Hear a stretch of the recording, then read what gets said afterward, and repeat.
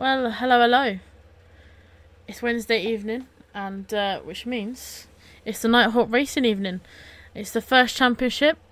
I'm Sarah Hawkins, also known as Sarah Hawkey, and I'll be your host this evening and one of your co-commentators for this Gran Turismo 7 base championship.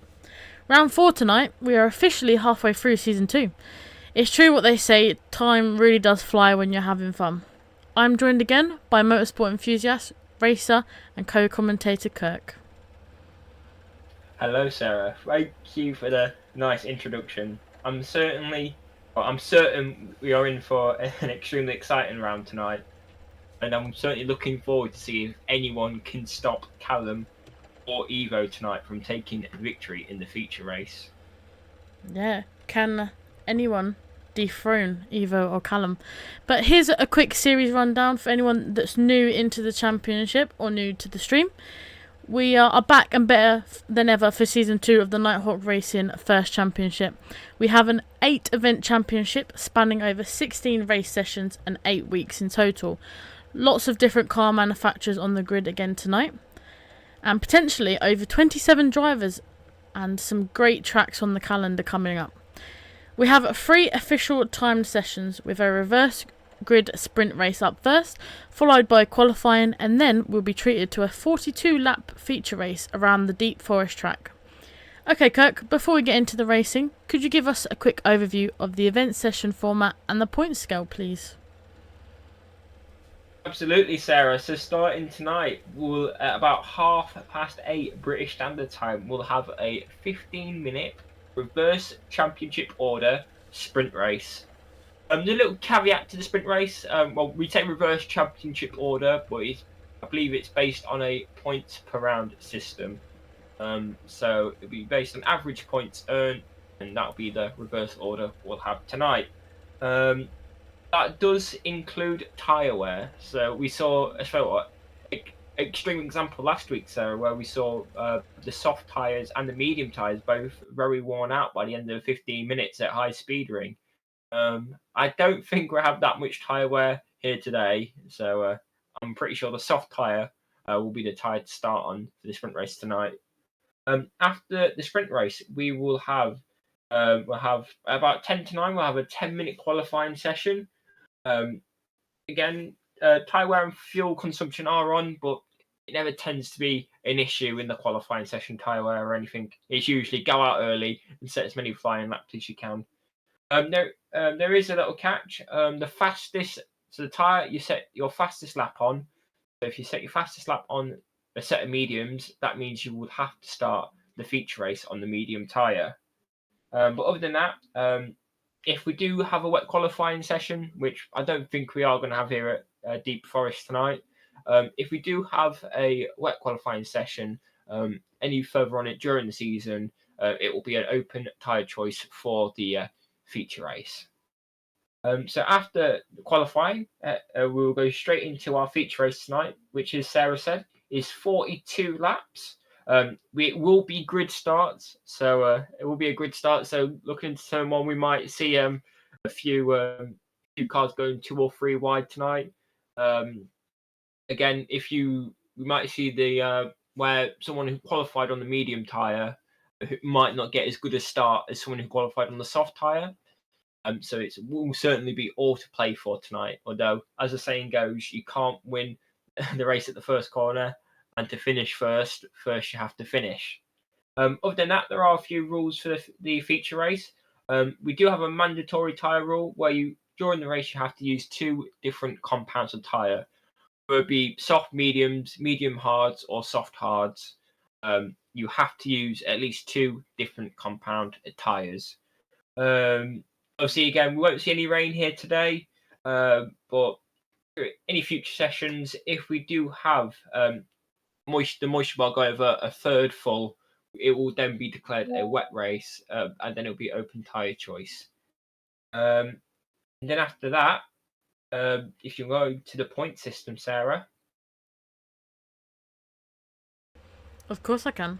Thank you. As we see for the points, starting in the sprint race, you can earn 20 points for first, 2 points for 14th, as well as an extra bonus point for the sprint race. So, say if your race isn't going to plan and you may pick up damage early on, you can always box early on for a brand new set of softs, fix that damage, and go for the extra bonus point. And then in qualifying, you can see there's up to 3 points up to play. For in qualifying, you can earn, whether it be on pole where you get 3 points, second place where you get 2 points, and finally third place where you get a single bonus point. And then for the sprint race, we offer between 40 and 4 points, as well as 2 points for fastest lap in the feature race. So it's always something to play for, even if you are having the best of races, Sarah. Couldn't agree more. Every place is a point, so just getting home in any position, there's a lot of points up for grabs, and will definitely, as we say, it will help towards the end of the championship. When drivers are kind of fighting for those last few remaining points, the points earlier on in the season that they get definitely helps out towards the end. But we've just got reports that the race start has been delayed just by a few minutes while we get everyone into the lobby. So while we wait, I'm just going to show you the championship standings as they stand from round 3. As you can see, and as we briefly mentioned, me and Kirk, about Evo and Callum, both in the McLaren, in the top 2 in the standings. Then Louis in that GTR in third, are podium positions at the moment in the championship standings. But as you can see, everyone, including Mac and Coach, are tied on points with 109 points each. And it goes all the way down to Deadline and Nick in 24th and 25th. But while we wait, we have the Swizzy hot lap again. Swizzy kindly recorded a hot lap for us. So while we wait, we will have a little look at that. And if Kirk wants to give a voiceover, feel free. If not, we'll sit back and enjoy Swizzy's hot lap around the Deep Forest.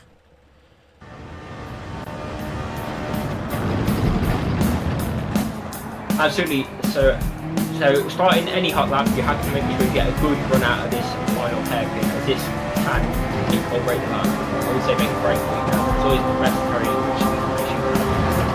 on to the final lap. As you run down the hill, as you hit this camp, you want to turn it ever so slightly. You don't want to turn too much, you lose any crucial speed as you run down this straight.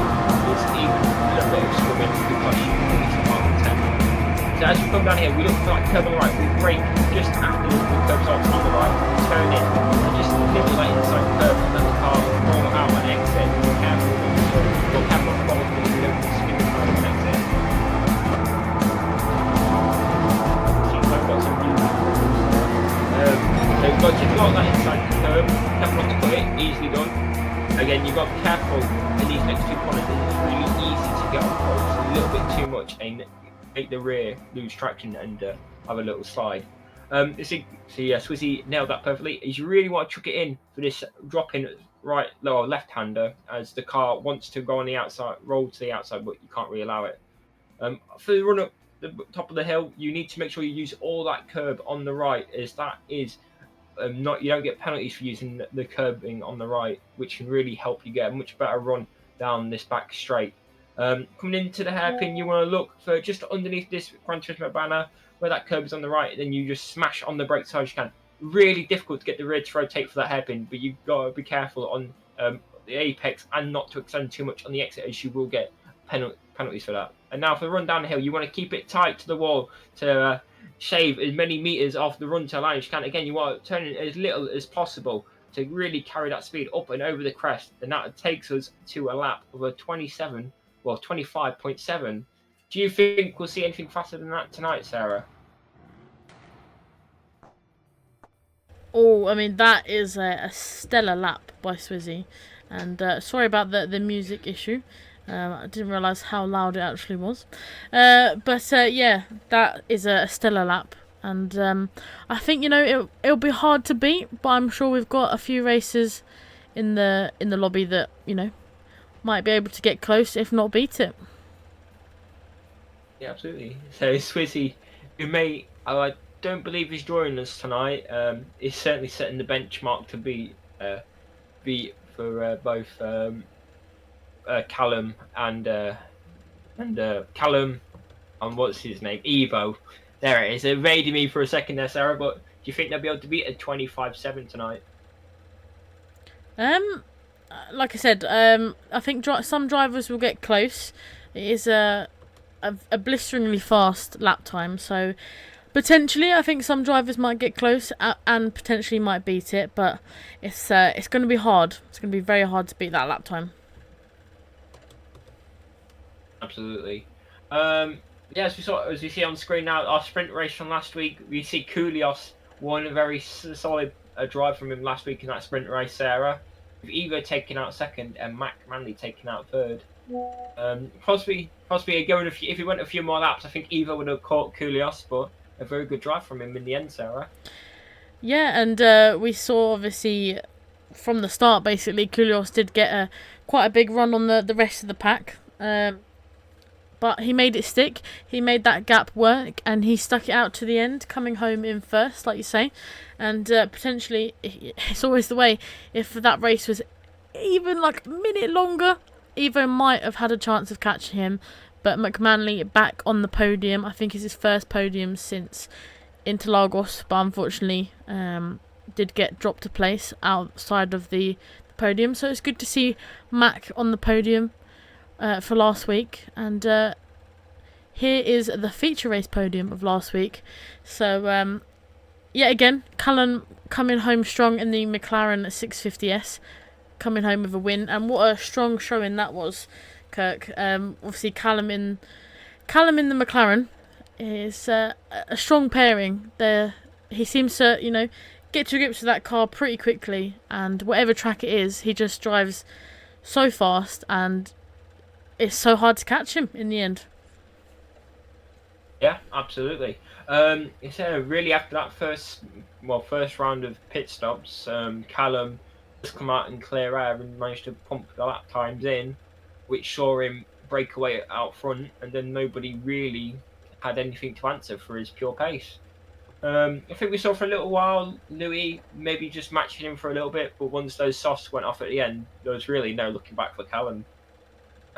Same with Evo. Evo finishing third after what he said after the race had finished. It was a damage limitation round, but it saw him finish second in the sprint race and third in the feature race. If that was a damage limitation round, I don't want to see him on his best round, Sarah. Yeah, like you say, if that was a damage limitation round for Evo, I don't want to see him when he's got everything spot on and 100%. He's probably a rocket ship, if that means that last week was a damage limitation. If everything kind of clicked, I'm sure Evo, there would be no catching Evo. But yeah, I mean Louis as well in the GTR had a pretty good showing as well. In that, I know he doesn't feel he's as fast as the two McLarens that are usually in the podium or fighting for the wins. But I've got to say, I think we all believe in Louis, and he might not kind of think he's fast, but we know he's fast. We've raced with him in the past across different games. We know he's very fast, and I'm sure he'll be on the toes of Callum and Evo yet again today. But yes, we are currently just waiting for a few people to join the lobby, having some technical difficulties. We're waiting for, I believe, one driver. As soon as we get that driver in, we'll be heading out on track and straight into the 15-minute sprint race. But while we wait, what are your thoughts? What do you think is going to happen in this sprint race, Kirk? I know obviously I've seen a lot of drivers practicing both online and offline. So a few drivers getting their laps in, ready for tonight. So what can we expect, do you think? I think tonight, hopefully we don't see any glitches again. But I'm sure our drivers are on the eye out, keep an eye out for any issues that may arise during this sprint race. I think if you can make advantage of the rolling start and break away early on, all the fast drivers towards the back are fighting through their way through, I think you probably have a really good chance of winning the sprint race tonight. As we saw with Koulias, I know Koulias may have had a slight advantage at the start of the race. Due to him being able to break away, he had a big enough gap towards the end of the race that Evo couldn't catch him in the end. If someone could do similar to that tonight and avoid all the battles, I'm sure we could possibly see a new face on the podium, Sarah. Yeah, and we've got to say we always like seeing some new people on the podium. It's good to see all the drivers. You know that we've got some very fast drivers here in the championship. So I think it's anyone's game really to get on the podium. And like we say, it's always good to see fresh faces. But I feel like that around here it's such a difficult track, and it's going to be hard. But I think the drivers that we've got, I'm sure they will be fast. But while we wait, had some technical difficulties there with, I believe, my mic. Sorry about that.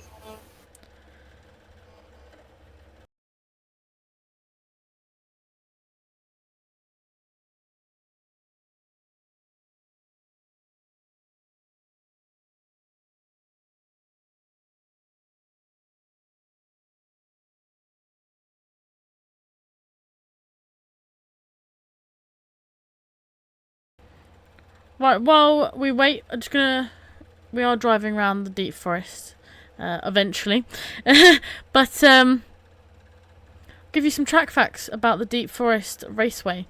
So, as you can tell, tonight we are racing around Deep Forest. The track itself is 4.25 kilometres or 2.6 miles long, with 15 turns in total.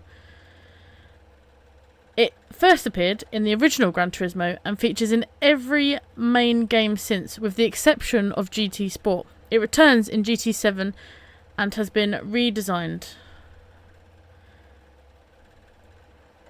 Deep Forest Raceway is an original track that debuted with the release of Gran Turismo. It is set in a thickly wooded forest in Switzerland, with the back straight on a cliff edge. Like many original circuits, Deep Forest Raceway incorporates several tunnels. Due to the high-speed nature of this track, sports cars such as Grand Tourers and supercars focused on raw power are best suited for this course. Featuring undulating corners, tight banked corners and long sweeping turns, it is a medium high-speed course featured in several events in every game it appears in. It is a favourite among Gran Turismo fans, not just for its beautiful scenery, but for its deceptive difficulty to drive quickly. In Gran Turismo 7, the track was given an extreme redesign, with more barriers being added around the racetrack within the forested road. The most significant change is the addition of a much longer straight from the tunnel section leading into a sharp downhill hairpin turn. And a little Easter egg for you that I read earlier is that there is a herd of goats that can be found in several corners, but only when doing time or drift trials. And as I, finish up the track facts, we are getting ready for the sprint race, and I believe I've also got Kirk back. So Kirk, talk me through the start of the sprint race for me. I can do, absolutely. So starting off pole tonight, we have Handy Pint, followed by Sophie in second. We got Rippin the Tear in third, Midnight in fourth, Kai in fifth, Hartman sixth, Pedro seventh, Coach in eighth, Mack in ninth, Louis or Dark Lord in 10th, and Callum ran out the grid tonight in P11. Interesting enough, Sarah, we don't have any Evo tonight. No, I believe he's having some technical difficulties. Unfortunately, no one ever likes to have some technical difficulties before a race. But hopefully, we'll get him back in for the qualifying and the feature race. So there's still points to play with if the technical difficulty is sorted. Absolutely. As you see, Handy Pint already breaking away a little bit at the front right now. That gap at about a second. Ripping and Tearing is still in third, Midnight in fourth, with a half-second penalty, Sarah. Wonder where he picked that up from.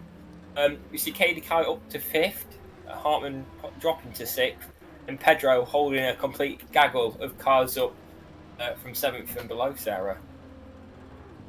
Yeah, it's like I just said, it's one of these courses that you want to drive fast, but as soon as you drive it just that little bit too fast, it's very unforgiving, and the track will kind of want to bring you into a barrier. So yeah, I think a lot of drivers might get caught out by track limits, might get caught out from an odd barrier here or there. But I mean, everyone getting away damage free, I believe, at the moment.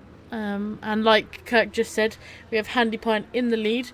He's got just under a second lead with Sophie just behind. Behind Sophie, we then have a little group of Ripin Detering and KD the Kai. Behind them, we have Midnight and Hartman going side by side.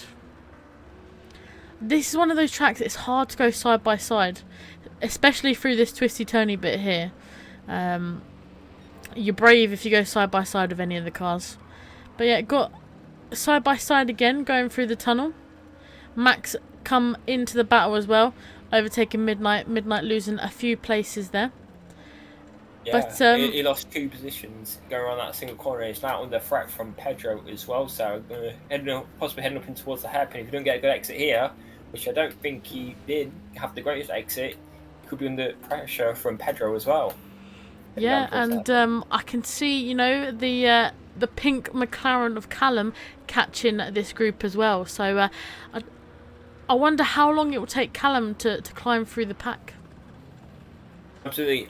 If as you know, Evo isn't racing currently in the sprint race due to some technical issues, so Callum needs to be trying to make as many places in points up as he can right now to really be able to press that advantage.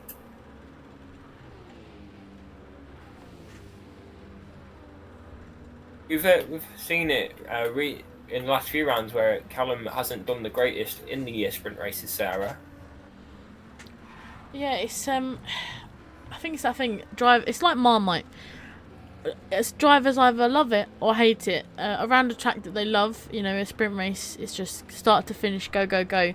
But around these twisty, turny tracks, it's a lot harder to kind of have that, you know, adrenaline rush, because you're so concentrated about not being in it that yeah, you want to kind of keep yourself on track. Use this as kind of a not a practice session, but kind of using it to see and gauge the racing from everyone else as well, because obviously this is the first race session of the night, so you could have some people that are buzzing for it, you could have some people that are slightly nervous. So yeah, it's just getting to grips with 1, the track, 2, the people that you're racing, and 3, how, you know, the characteristics of the car deal with this track. Because I didn't get the chance to ask you, Kirk, but what are your thoughts and feelings about the Deep Forest?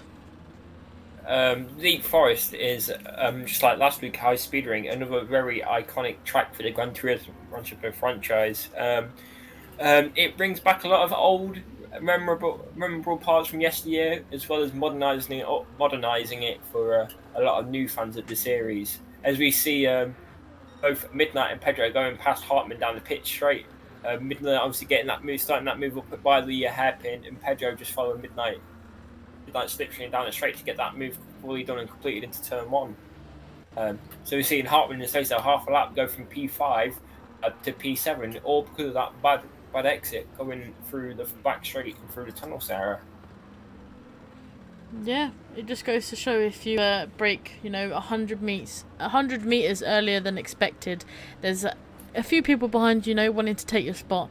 So I think drivers will be on the limit tonight in both race sessions and in quali as well, because I feel like if you set a decent lap in quali and you get it on pole or near pole, it's going to really help you in the feature race, kind of keep your position. Yeah, absolutely. Just checking in back in front bracket in first, just a little bit. Yeah, Handy Pint is now 2.5 seconds clear of KV the Kai. KV the Kai obviously coming back from 5th place, overtaking both Ripon the Terran and Sophie. It's now the hunt is on, as you'd say. Obviously getting the fastest lap, previous lap, trying to close that gap in. Do you think Kai will be able to beat Handy Pint, Sarah? Oh, I mean, we all know how fast KD the Kai is. Obviously, season's 1 runner-up, so he's had a few tricky races so far in season 2. So it'd be good to see him pick up a win. because it's been a while. And like I said, I think that will boost his confidence going into the second half of the season too. Absolutely. Nothing like turning your fortunes around by winning a sprint race, Sarah. You see Midnight taking a very aggressive line over those anti-cut curbs, Sarah. Lucky not to pick a penalty up there. Yeah, I think, that's one thing. Similar to the Red Bull Ring, if you pick up penalty, it will drop you quite a few places, because obviously the penalty zone, I believe, is just as you come out of that long tunnel on the back straight, so it will cost you quite a few positions and quite a lot of time when there's people around you. Absolutely. Other than that, we still see a lot of our faster drivers down towards the back of the grid. We see Callum is still in P9, actually losing touch a little bit to the drivers in front of him. Oh, we see a very aggressive line from Hartman there, causing an absolute roadblock at the hairpin. So can we get a rewind of that, a replay? I can try my best to zoom. Might be just a tad too late, but let's see if we can get it. I think we just go on. He goes onto the inside line. Oh, and just hits the side of Midnight. I feel like it was one of those moves that he didn't quite anticipate the speed that he had going into that corner. So taking the narrow line there into the hairpin didn't work out that time, as obviously the drivers around him were not moving out of his way either. Maybe a little bit. Maybe he outbraked himself just a little bit, Sarah. Oh, a big collision just in front. I think everyone just got away with it, but the smoke screen appeared. Got damage. Midnight's got front left damage. Oh, potentially that could. Oh, you see, again, is that Callum that just accidentally tapped Midnight into a half, well, all the way round? We can have a little look-see on the replay. I think I just caught it. So Callum comes round. Oh, it's a bit hard to see under the tunnel. Oh, it does look close between those two. A potential one for the stewards after the race. And maybe Callum didn't quite realise that Midnight has damage, and maybe that cost him just a little bit. Yeah, Midnight picking up quite a few bits of damage there. I think definitely have to get the panel beater out and set some of those panels straight again. But yeah, I mean, I'm sorry again, Midnight. We said in the pre-brief, Midnight said not to pan to him when, he's spinning. It seems to be a commentator's curse, and we've done it yet again. But I think Midnight, he's always said the sprint races aren't quite... He never has the best of luck in the sprint races, so hopefully the feature race will be a different story for him. Yeah, absolutely. We see him quite often strategy calls. Has fantastic strategy which helps him finish much higher up than maybe he expects himself to finish, Sarah. Yeah, we call them unique strategies.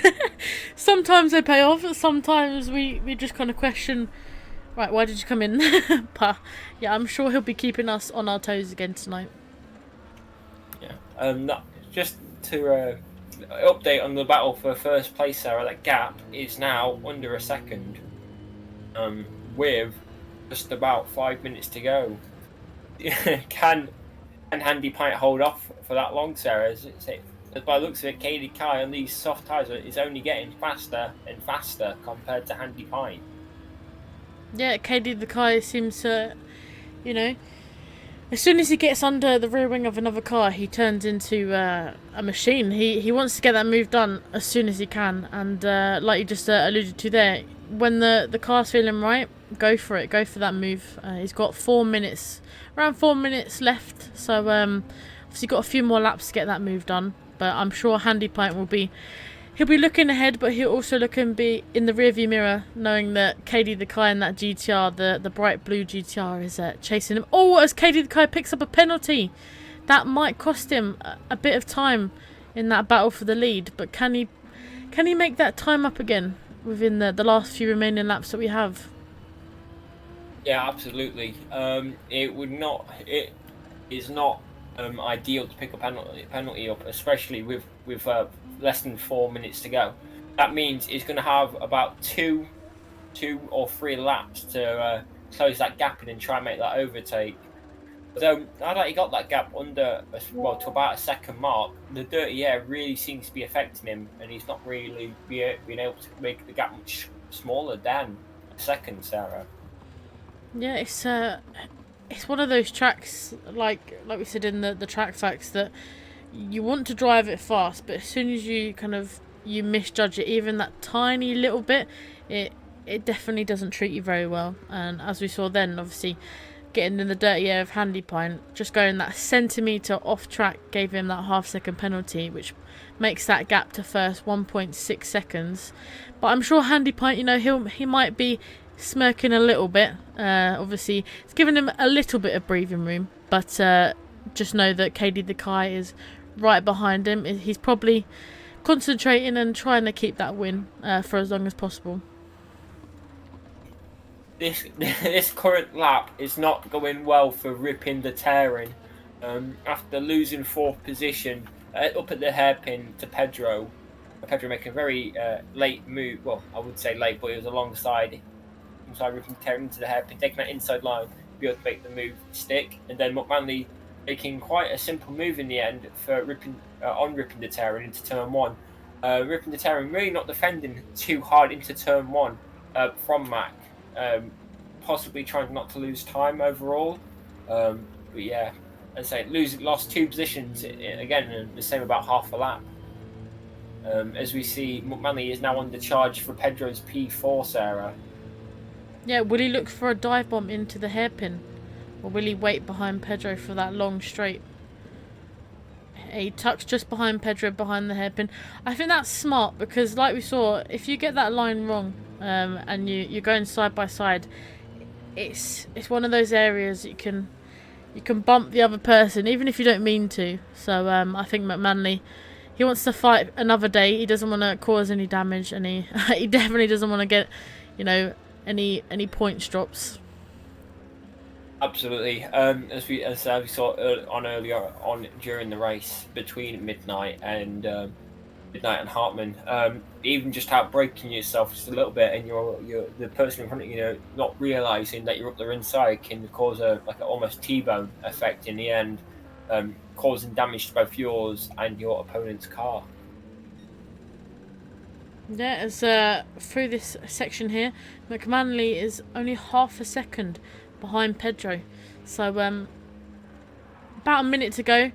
This could be the final lap, potentially, unless drivers can get round to the start-finish straight before that clock hits 0. So this could be Mac's final chance to get that 4th place and that step closer to some more points that will help him in the championship. As we go them side by side through the tunnel here, who's going to come out in front?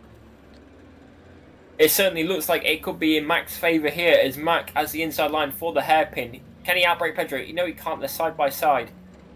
Oh, they're side by side, and McManley takes the inside line and gets it done quite cleanly in the end. But can Pedro challenge coming down the pit straight?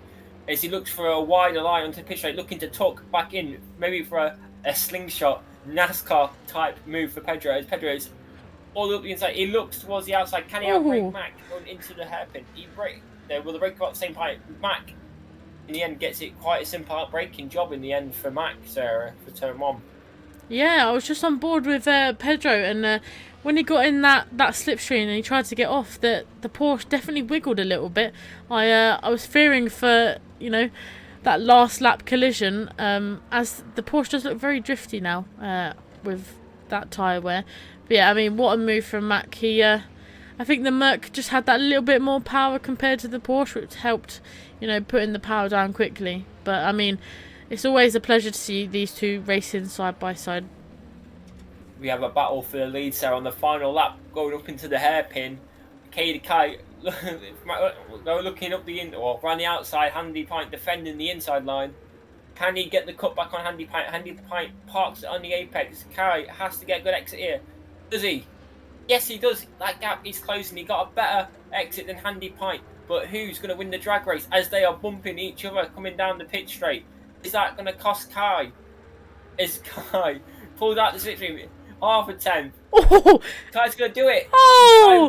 What a finish! Handy Pint Andy Pike runs out of fuel at the finish.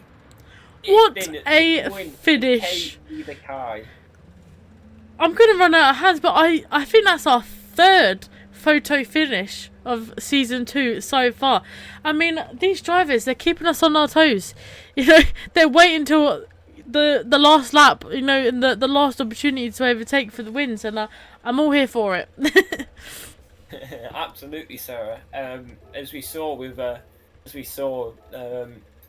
Andy Pike just running out of fuel at the end of this race, costing him costing him the win. Sarah, if he just saved a little bit more fuel, he would have won the race possibly. But in the end, the win tonight goes to KD the Kai, Sarah, Yeah, and who what? also takes fastest lap. Yeah, what a win! I mean, obviously the last lap or so, picking up that penalty did put him on the back foot, but he showed, you know, everyone that even if you get a penalty, there's still a chance that you can win, and he definitely showed that. I've got to say, like I said, I love these photo finishes, but oh my god, we're going to lose our voice probably by the end of tonight. But yeah, KD the Kai coming home in first, and look at that gap between himself and Handy Point. Obviously, we've seen closer photo finishes, but still, I mean, obviously, I'm gutted for Handy Point as well, because when you're leading a race for so long and it waits, you know, to that final moment for someone to overtake, it's a little bit heartbreaking.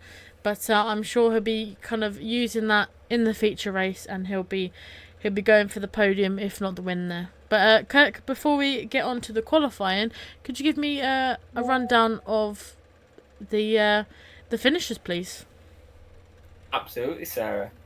So winning the sprint race tonight and a return to the top step of the podium for KD the Kai, who made that that nail biting overtake on the final lap of the race, really benefiting from Andy Pike running out of fuel just before the finishing line to take victory.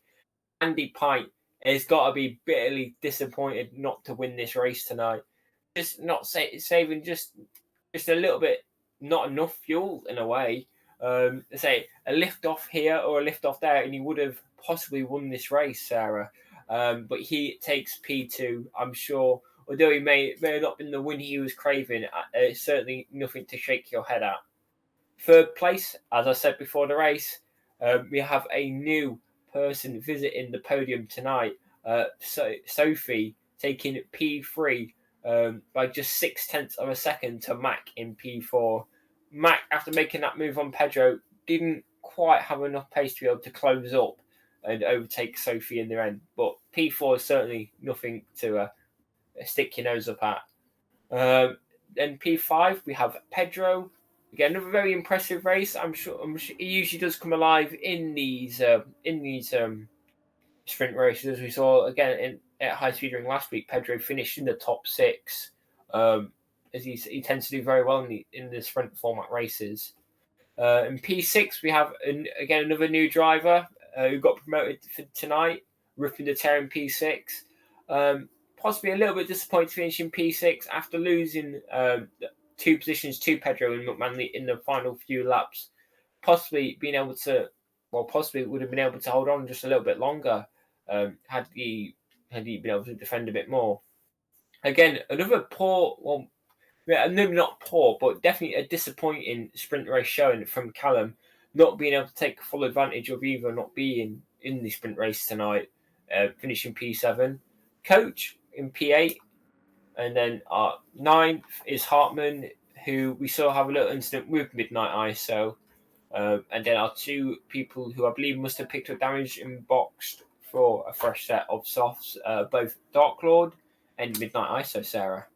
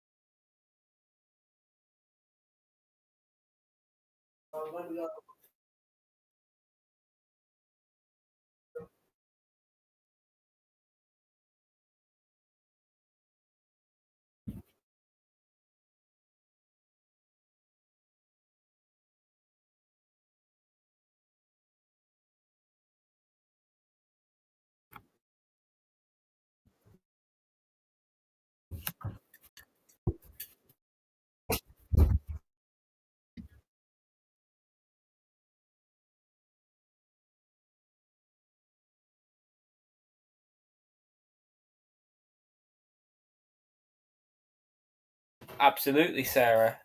Starting after Andy Pine, we have Midnight. A solid round last week for Midnight, who secured a solid P6 finish in the sprint race, just being able to hold off Susie at the end of the sprint race. And followed up, which can only really be considered as a slightly more disappointing P10 finish in the feature race. The pace was in the car, but the weekend was marred with what can only be assumed is a very rare, poor strategic showing from him. It really cost him in the end. He'll be looking to right the wrongs of last week and recover with a strong result this weekend. Or this week, should I say?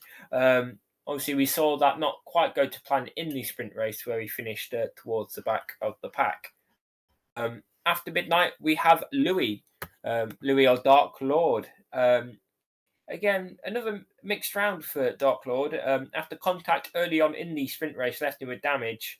Therefore, it was a recovery drive from there on out. In the end, he only managed to really recover to a P8 in the end.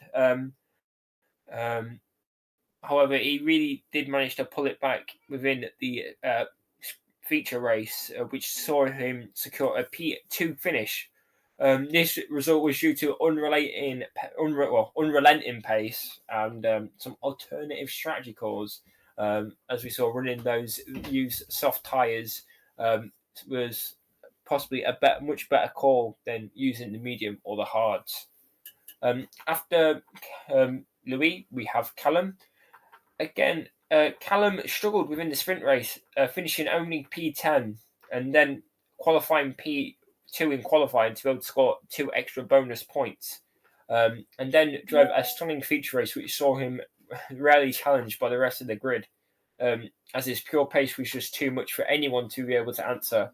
I'm sure he'll be looking to follow up the qualifying and feature race result. However, he would want if he wants to challenge either win the championship, he'll have to improve his sprint race results, which again we saw tonight wasn't exactly the best finishing position for Callum. After Callum, we have Hartman. Hartman drove another impressive round last week, finishing P4 in the sprint race, although unlucky not to finish on the podium after being unable to defend from McManley for one more lap. He then qualified P5 in front of the likes of McManley and the Dark Lord himself to set himself well up for the feature race. Unfortunately, he wasn't quite able to take full advantage of that fantastic qualifying, as he ended up finishing P8. Although finishing P8 in this strength of field is certainly nothing to shake your head at. However, if his strategy was improved for the feature race, you can only wonder how high up he could actually finish. After him, we have Ripping the Tearing. A new face tonight, joining Lobby 1. He's coming off a solid round last week, finishing P5 in the Split 2 sprint race and P6 in the Split 2 feature race. It'll be interesting to see what he'll be able to achieve tonight in the big leagues. After that, we have Katie Kai, which can only be described as another underwhelming round from Kai last week. After parking up early on in the sprint race to take a P13 finish, he then qualified P9, and then due to again some alternative strategy, which saw him run quite long on the soft tyre, finishing P5 in the end, losing out P4 in the dying embers of the race to Coach. It's a long race tonight, and I'm sure Kai, will be trying to finish a lot higher up the field than he did last week out. And then, unfortunately, tonight, looks like Evo will not be joining us. even after what he said last week was a damage limitation round, but still showed amazing pace and skill to finish P2 in the sprint race and P3 in the feature race. Again, it looks like he will not be joining us tonight, which is a very big disappointment due to some possible technical issues, I believe. It looks like so he won't be able to challenge Callum tonight. That puts all our hopes really on KD Dekai or Louis to be able to challenge Callum tonight, Sarah.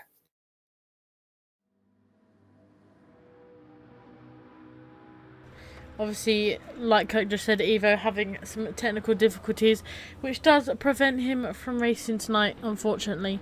Hopefully he'll be back for next week. But, yeah, I mean, we've got Sophie as well. Maybe she can challenge Callum for the win. But yeah, I don't think Callum will be kind of let off that easy. I'm sure people like KD the Kai and a few others will be keeping him, on his toes. But we join, I believe, the last few laps of qualifying, and currently, talking about Callum, he's currently on pole with a 10th gap to KD the Kai, so it just goes to show how kind of equal those two are on pace, and it looks like the Deep Forest is suited to KD the Kai's driving style. Yeah, absolutely. We've seen this is a low tyre degradation circuit, as those soft tyres were looking fine by the end of the 15 laps. I just want to note here, Callum, on his final flying lap of this qualifying this evening, is still going purple in the first sector. Be interesting to see if he's up in the second sector, as we see KD Kai improving ever so slightly, but still not quite enough to be able to overtake Callum. Callum is up by another 1.2 tenths in the second sector, Sarah. Is this going to be an unreachable time for KD Dekai, Sarah? Oh, it's going to be close. Yeah, I mean, Callum is just going purple. He's, continually going purple all throughout this lap. So I think it's going to be hard for KD Dekai to catch it up. But it's going to be close. It's going to be close. Absolutely. I'm actually going on board with KD Dekai in the second sector if you want to stay on with Callum. Oh, he beats his time by a 10th, so makes that gap to KD the Kai about 1/10. So it's going to be close. It's going to be close between these two. I feel like the gap's probably going to stay where it is. If I didn't quite catch if KD the Kai was on a purple there. Kirk, did you see if he was on a purple? He is currently 1.8 tenths up, so he is currently beating Callum's time at the second sector split by about 13 thousandths of a second. It'll be interesting to see, can KD Kai hold the advantage up towards the finishing line? Can he overtake? He does, Sarah. He does. He takes hold by half a tenth. What a time! And interestingly enough, as I said at the start of the stream, was we were seeing Swizzy's lap where he set a 25.7. KD Kai just beat his time by 10th of a second, and that time Swizzy set in practice just by himself would have put in P3, and that was just a one-off flying lap. I wonder if Swizzy was here tonight, would he be able to qualify in front of KD Kai or Callum, Sarah? Potentially. I mean, I think if he was here, he would definitely be kept on his toes. I mean, I've just flicked through all of the drivers' times, and they're not separated by much. We've got a few obviously separated from a couple of tenths, so it's close across the field tonight. Absolutely. As we saw, our last flying lap to be set was set by midnight, which promoted him up to P7 in the end, just in front of Pedro by 40 thousandths of a second, Sarah. Yeah, I mean, if that doesn't show the kind of the caliber of drivers we have in this championship, I don't know what will. Obviously, they're separated by basically nothing. But before we get into the race, we'll have a quick rundown of the grid. If you want to run down from P1 to 6, and I'll run through the rest. Absolutely. So, qualifying on pole tonight, taking all three of the bonus points tonight. We had KD Dekai on pole by about half a tenth. Second place, Callum, just half a tenth behind. Unlucky not to get pole tonight. KDK just been out a little bit too fast in the end for him to be able to beat. Third place we have Mac, just over 2/10 back. I'm sure these three will be all Nick and Tuck together for the first few laps, Sarah, battling for first position. Then in fourth we have Handy Pint, who can definitely not be afraid of only being half a second back. Maybe in that slipstream, he may not have the overall pace to be able to challenge the leaders in the end, but he's certainly, if he can stick with him, he'll certainly be able to take advantage and maybe save a little bit of fuel, which we won't see him just running out at the finish line again. P5, we have Hartman, just a second off. I'm sure we're very happy with that. It seems to be only seeing better and better results from as the weeks come and go in qualifying, Sarah. And then P6, Dark Lord or Louis. Maybe slightly disappointed to be 1.1 seconds off the pace. Maybe he couldn't quite string a lap together, but I'm sure he'll be looking to go forward in the race, Sarah. Yeah, we all know Louis has, like Midnight, has some unique strategies, so hopefully, potentially that might climb him up a little bit. But in P7, talking about the man himself, we have Midnight ISO, about 1 second and 3/10 back from pole position. I mean, P7's not bad in this sort of, the fastest McLaren is Callum, but he's only about a second off, so it's good going by Midnight. In P8, we then have Pedro in the Porsche, about 1.4 seconds off of Katie Dekai's time. In P9, racing her first ever Nighthawk event, we have Sophie in the Ferrari, about 1.4 seconds off of Katie Dekai's time. In 10th, we then have Ripin Detarian, 2 seconds off of Katie Dekai's time. And then rounding out the grid tonight, we have Coach in the Supra with a time of a 1:27.8, which brings him about 2.2 seconds off of Katie Dekai's time. I mean, that just goes to show the whole grid separated by 2 seconds. That just shows you how close the drivers are going to be during this race and how kind of matched everyone is on performance. Obviously, loads of people in different cars, but just as fast as each other, which makes the races always entertaining. We don't really know what's going to happen, but yeah, I mean, I'm always proud of everyone, and hopefully we'll be getting ready for 42 laps of Deep Forest in just a second. But yeah, I'm looking forward to this. Kirk, are you? Yeah, absolutely. As Sophie says, not everybody qualified on the same tyre. I know for sure that Pedro was definitely on the medium tyre. So surely he has the advantage going into the race to be able to take full advantage of it into the race. He has the most open strategy call, so he can choose what he wants to do the best compared to the soft runners, Sarah. Yep, and obviously just making sure that your fastest lap that you qualified on with those tyres, you have to start the feature race on. So yeah, that goes to show that everyone's not gone for the fastest tyre to start with. They've gone for kind of the tyre they feel more comfortable with. And Kirk, lights out and away we go. Talk us through the first lap. Absolutely, as we see Manley getting again another trademark lightning star, being able to go round the outside of Callum, and can he also go round the outside of Kai? Not quite being able to hold around the outside of Katie Kai, but he certainly got the edge of Callum. Dark Lord or Louis jumping up 2 positions and is on the medium tyre, which is not going to do Handy Pint or Hartman's race any good, being overtaken by a medium runner early on in this race. Is Handy Pint possibly tries to take advantage of Louis going a little bit wide there? Is that GTR looked very squirrely coming out of that corner?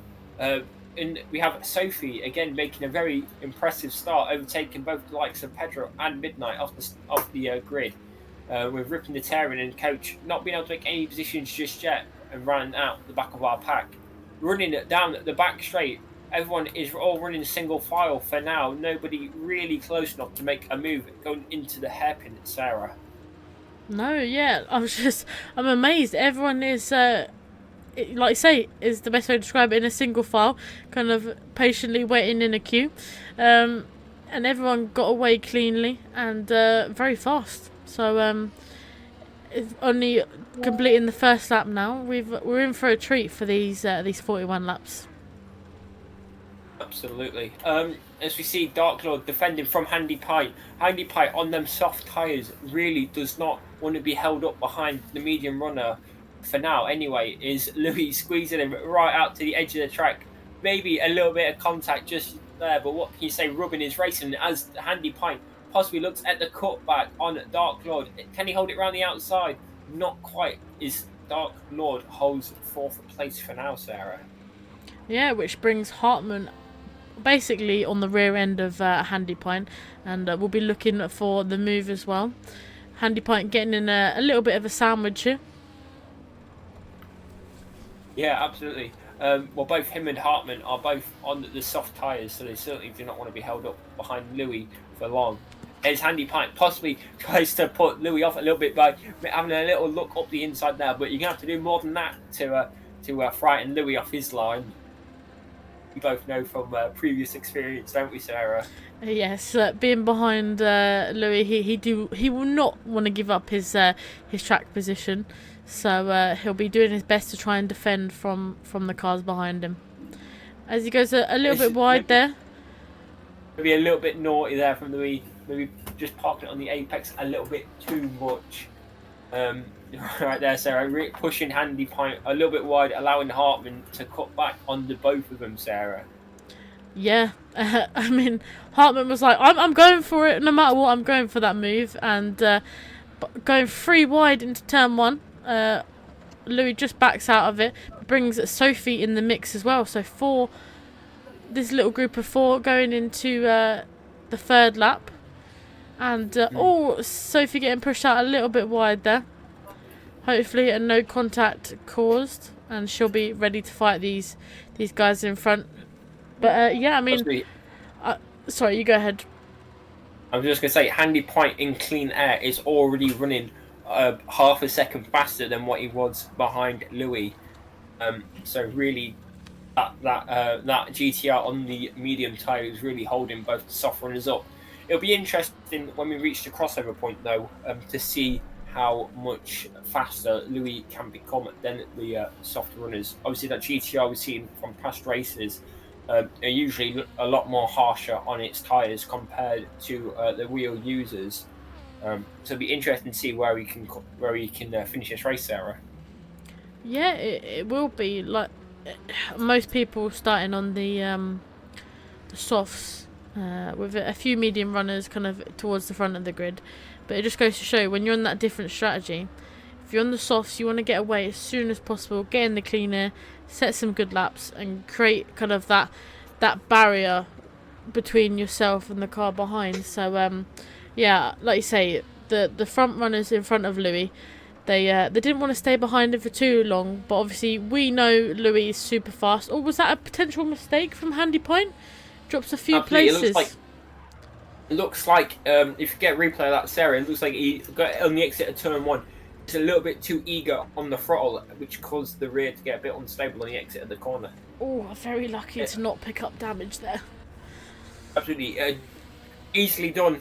Turning just a little bit too much. Clip that inside grass. That really just unsettles the car. And then obviously you lose the rear end, and then obviously that caused the half spin, which caused him to lose positions to both Hartman and the Dark Lord, Louis. Yeah, and Louis taking full advantage of Handy Pint's slight mistake there, getting back in front of this little group here, and but I'm sure Handy Pint, he'll be refocused, and he'll be looking to try and get ahead of Dark Lord again. But as we are is that a move I just saw? I think Callum is just overtook McManley into the hairpins area. We will see if we can get that on replay. Just caught the back end of that, but yeah, it does look like Callum taking that outside line, carrying a little bit more speed, gets that move done onto lap number 5. We're already on to lap number 5. It's gone quick. Absolutely. As we see Handy Pint Handy Pint making his third overtake on Louis within 5 laps, Sarah. We'll try and get that on replay. It looks like it was that first corner move, tucking behind Louis on the front straight, sorry, getting the slipstream, getting the speed up to make that move into turn 1 stick, and he definitely gets his stick stuck indeed. Absolutely, be trying to keep it mistake free now to not lose any more time behind the medium runner of Louis. Looking behind Louis, everybody seems to be running their own race on the medium tyre. Obviously, Louis being our lead qualifier on the medium tyre. So it'll be interesting to see where the medium runners fill out after all our soft runners up front pit. Although, I looked at the tyre wear, it seems like a pit stop is still quite a ways off yet compared to what we saw in high speed ring, Sarah. Yeah, and I think a lot of drivers will be relieved about that they don't have to pit quite as early as what they did at the high speed ring. It was probably the high speed ring reverse was probably one of the toughest tracks for both tyre and fuel wear. So I'm sure after the practice that the drivers done around the Deep Forest, they'll feel confident, you know, that they don't have to pit early and they can go that a little bit longer into the race, which, you know, you get to, like we've seen Handy Pint go for 3 overtakes already within 6 laps. It just goes to show that when the tyres are right, when the fuel's right, you know, you feel confident and you can get those moves stuck. Absolutely. Interestingly enough, the mediums already started to come into their own, Sarah, as Louis just went purple in the first sector. The soft tyres already be starting to wear out, Sarah. Potentially, obviously, I mean, all the drivers are always pushing, but I think, you know, that especially the first 5, they'll be pushing a lot at the moment. They want to kind of build that gap between the soft runners and the medium runners to help them later on into the race when they have to pit. You know, they won't lose as much time if they have a bigger gap. So yeah, they'll be pushing a lot, but then the disadvantage of that means that they're pushing a lot. They're going to wear through the tyres quickly, which means they are going to have to pit a little bit sooner than they expected. But I'm sure this will keep in the driver's mind, and they'll be thinking about this. But they also, I mean, every racer wants to push hard within the first opening stint, and I'm sure that's what they're doing, because as we can see by the mini map as well, all the drivers within the same sector, it just goes to show how close everyone is tonight. Absolutely, and obviously the gaps will only start. Well, they'll start bunching together again once some of the soft runners pit for the medium tyre. Obviously, when the medium runners go to the soft tyre, they'll all start conjoining again, hopefully upon each other, Sarah. Yeah. Oh, as we see Evo joining the lobby, just that little bit too late. Oh, me and Kirk, we're on the same wavelength there. We said exactly the same thing, Jinx. But yeah, unfortunately, it's, you know, if it was 7 laps prior, we could be seeing Evo in the lead fighting. But unfortunately, I mean, it's good to see, don't get me wrong, it's lovely to see that he's able to get into the lobby, and it fares well for next week. So hopefully that's the end of the technical issues for Evo, and he gets to put his feet up today, you know, relax and enjoy the race. But I'm sure no racer likes taking a day off, so I'm sure he'll be looking at the races out on track thinking, oh, I could have been racing if my, you know, the technical difficulties didn't issue. So I've just seen something quite crazy between our front 2 runners, KD Kai and Callum. If you look at KD Kai's lap 7 and compare it to Callum's lap 6, there is exactly the same lap time, Sarah. That is quite crazy. Thank you for bringing my attention to that. I don't think I've ever seen that. I mean, yeah. If that doesn't show that these two are matched, I don't know if anyone needs any more proof as to, you know, who's the faster driver. I think it's going to be close between these two. I think it's all going to be strategy at the end of the day. Who can pull off the best strategy in this race? Absolutely, Sarah. As I just repeat what Sarah says, it just shows you how evenly matched these two drivers are. both in different cars with different advantages and different weaknesses, so to be able to set essentially exactly the same at lap time. Given even it'd be interesting to see what we could see between if they were both in the same car, Sarah. Yeah, if they were in the same car, I think it would be, those two would be nose to bumper. They would be, they'd be matched in terms of their cars would be stuck together, I think. So it's good to see a little bit of, the different cars and, like you say, Kirk, the different strengths, the different weaknesses. And I think from the looks of it, that GTR, it's been a difficult car in the first three races, but it seems to come into a little bit of a world of its own around the Deep Forest. It looks like it's the GTR that we saw last season with KD the Kai. He's confident. He's driving the track like he owns it. So it's good to see, the KD the Kai is back out in first place and fighting for what could be his first win of the season. Yeah, absolutely. Obviously, being a bit fortunate after seeing unfortunate dropout from Evo. Did we see a slight mistake there from KD Kai? Is that gap is closed a couple of attempts from last time I really paid attention to it, Sarah? Maybe he heard us talking about him. Commentators curse. It seems to strike a lot. But yeah, I mean, I've got to say, I'm very impressed with McManley. He's not too far away from the top two. Yeah, absolutely. Interesting to say, Callum, again, as we saw with that McLaren, we saw last week and the week, well, we've seen it every round this season, that he can really make the really tyre whisperer, Callum, should we call him, because he does tend to make those front tyres last an extremely long time compared to the pad user of KD the Kai. Do you know if Mac is on the controller as well, Sarah? I believe a Mac is on a wheel. I will double check that for you now. But I believe he is on the wheel. I know that he does, when we play the F1 games, he does use the wheel.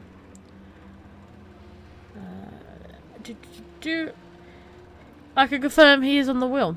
So he might have the tyre wear advantage over the two in front. If he can hold on to it. No, I'm just looking. Out of the top three, Callum definitely has the best tyre wear out of them. Obviously, comparing front rides, he definitely seems to have the much better tyre, Sarah. No, yeah, like you say, I think we need to come up with a nickname for Callum. Handy Pipe picks up a half-second penalty. Unfortunately, just runs a little bit wide coming out of that hairpin. I was just on board with Handy Pint because it looked like he was closing up midnight into the pits already. Yeah, yeah, certainly a bit surprising. Obviously, those medium tyres really not working out for him in the end, and he wants to get rid of him. Obviously, Sarah, an early pit stop to try and undercut a few of the people in front of him. Obviously. Yeah, you could tell that caught my attention as I was just talking about Handy Pint and then diverted my attention to midnight. An early pit stop would definitely catch my attention. I'm keen to see the strategy of the drivers, but yeah, potentially maybe the mediums not to Midnight's fancy tonight. Wants to go on that maybe a faster set of tyres, seeing the the cars in front of him on those soft set. They've made it to 11 laps, and we could see the drivers driving on these tyres for a few more laps now. So maybe that's played into Midnight's books that I want to go on those set of softs. I want to, charge my way through and potentially, with a unique strategy, it might come out close or if not on the podium. Yeah, absolutely. We've seen before Midnight's strange and alternate strategies really pay off in the long run.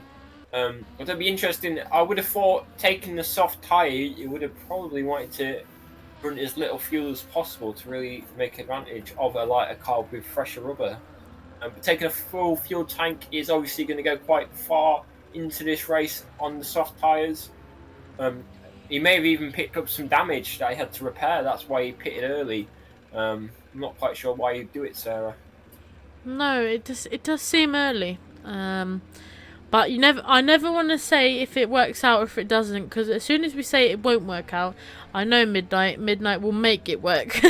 I think he, subconsciously hears us and he's like, I'm gonna make it work. Quickly go to our leader, and unfortunately, a half-second penalty. Ouch. yes, and he ran very wide very wide and got a poor run onto the back straight. So this is not what Katie Kai would want, especially going further on into this race. That 2.5 second lead dropping down to almost a second, Sarah. Yeah, that half-a-second penalty definitely cost him more than half a second. We were on board with Callum, and it looked like with the speed of Callum, it could have potentially caught him at the hairpin. But yeah, like you say, drops that 2.6 second gap to a 1.6 second gap. So it just goes to show, even if you get half a second penalty, you're expected to lose at least a second, if not more, because of where you have to take the penalty on this track. As we see Handy Pint, the first of the soft runners to pit, that rear right looking absolutely toast, Sarah. I mean, interesting to see where Handy Pint comes out compared to Luke. Obviously, Luke pitting a lap earlier for the fresh set of soft tyres. Be interesting to see how far in front. McManley is in the wall. McManley's in the wall. Yeah, I'll try and get that on replay. I saw him getting a little bit squirrely coming out of that section there.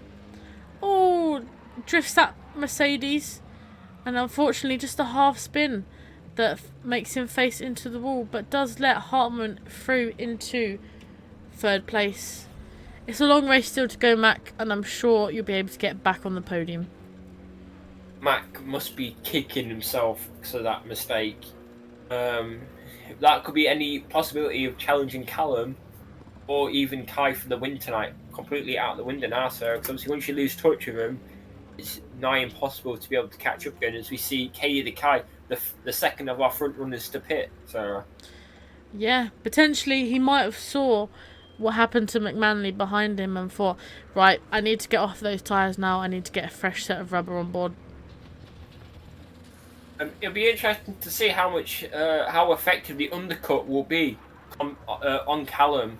Obviously, I hope Katie Kai didn't abuse the pit entry line, as that will be a surefire way to ruin his race by picking up that 3-second time penalty.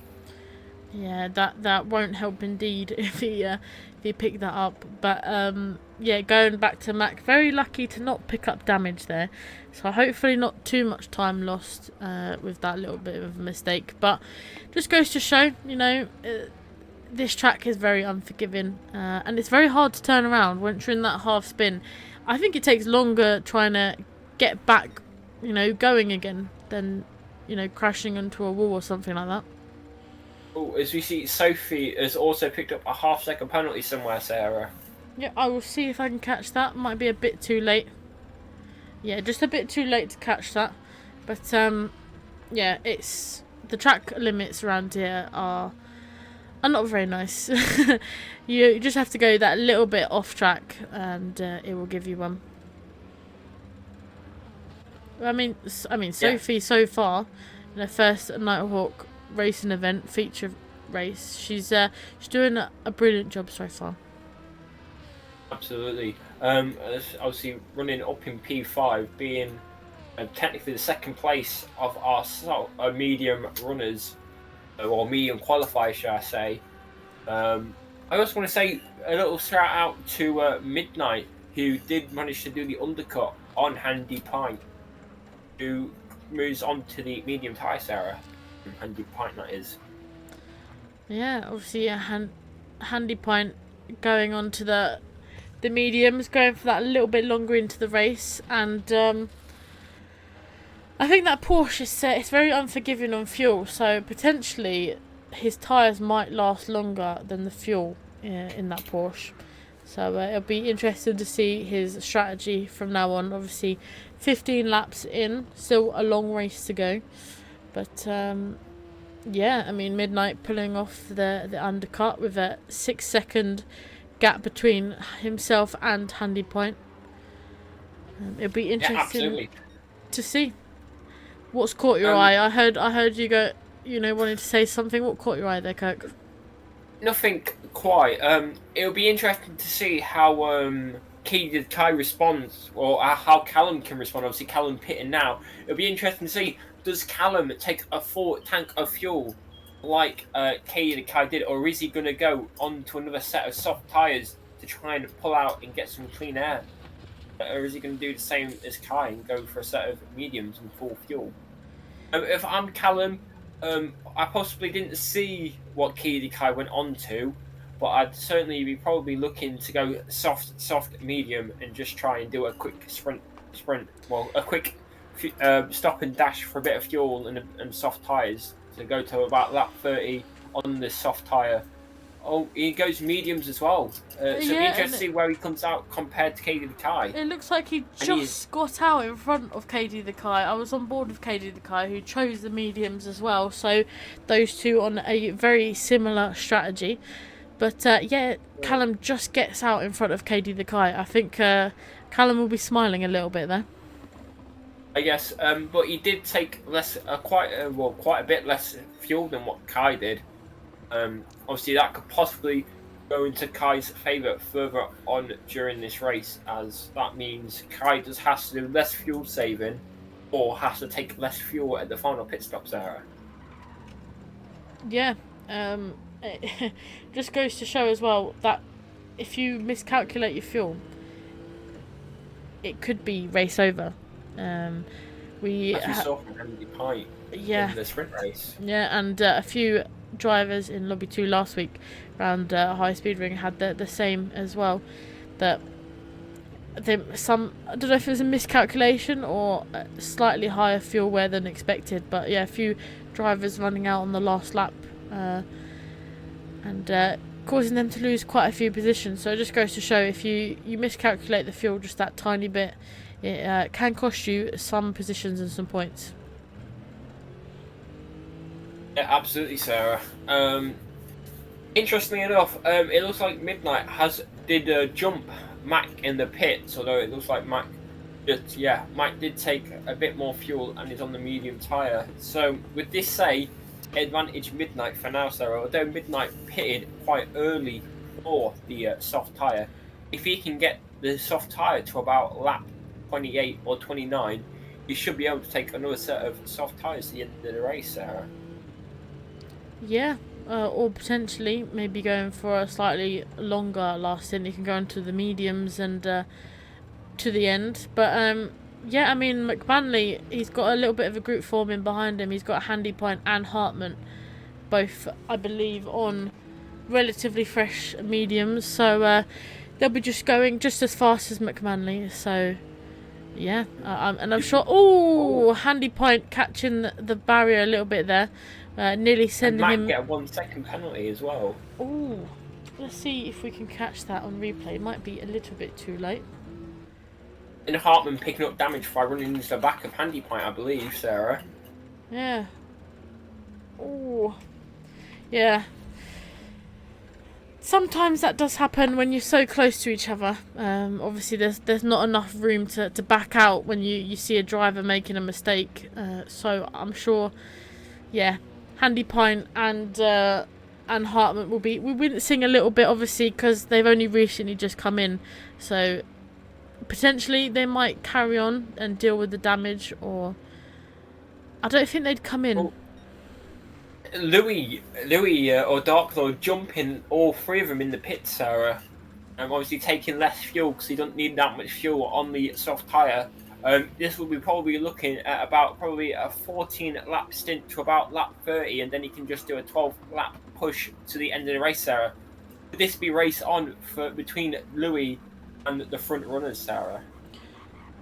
Definitely. Like I said in the when we were talking about Louis earlier, he doesn't think of himself as a fast driver anymore, but we know he's fast, and we know he can do it. He might not feel confident that he can catch the likes of Callum, KD the Kai, and Evo when he's here. But I think he could do it. I think he could. He's been recently. He's been a frequent kind of podium position driver, so I think he could fight.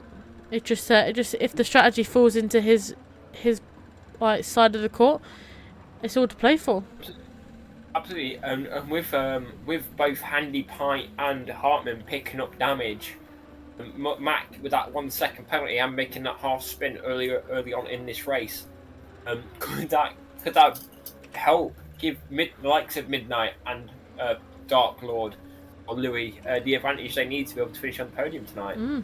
And potentially, sorry to interrupt you there, Callum and KD the Kai, the gap is down to 3/10 going on to lap 19, so potentially we could see an overtake for the net lead here. Yeah, it's also it's interesting to see, even though KD the Kai boxed 2 laps earlier.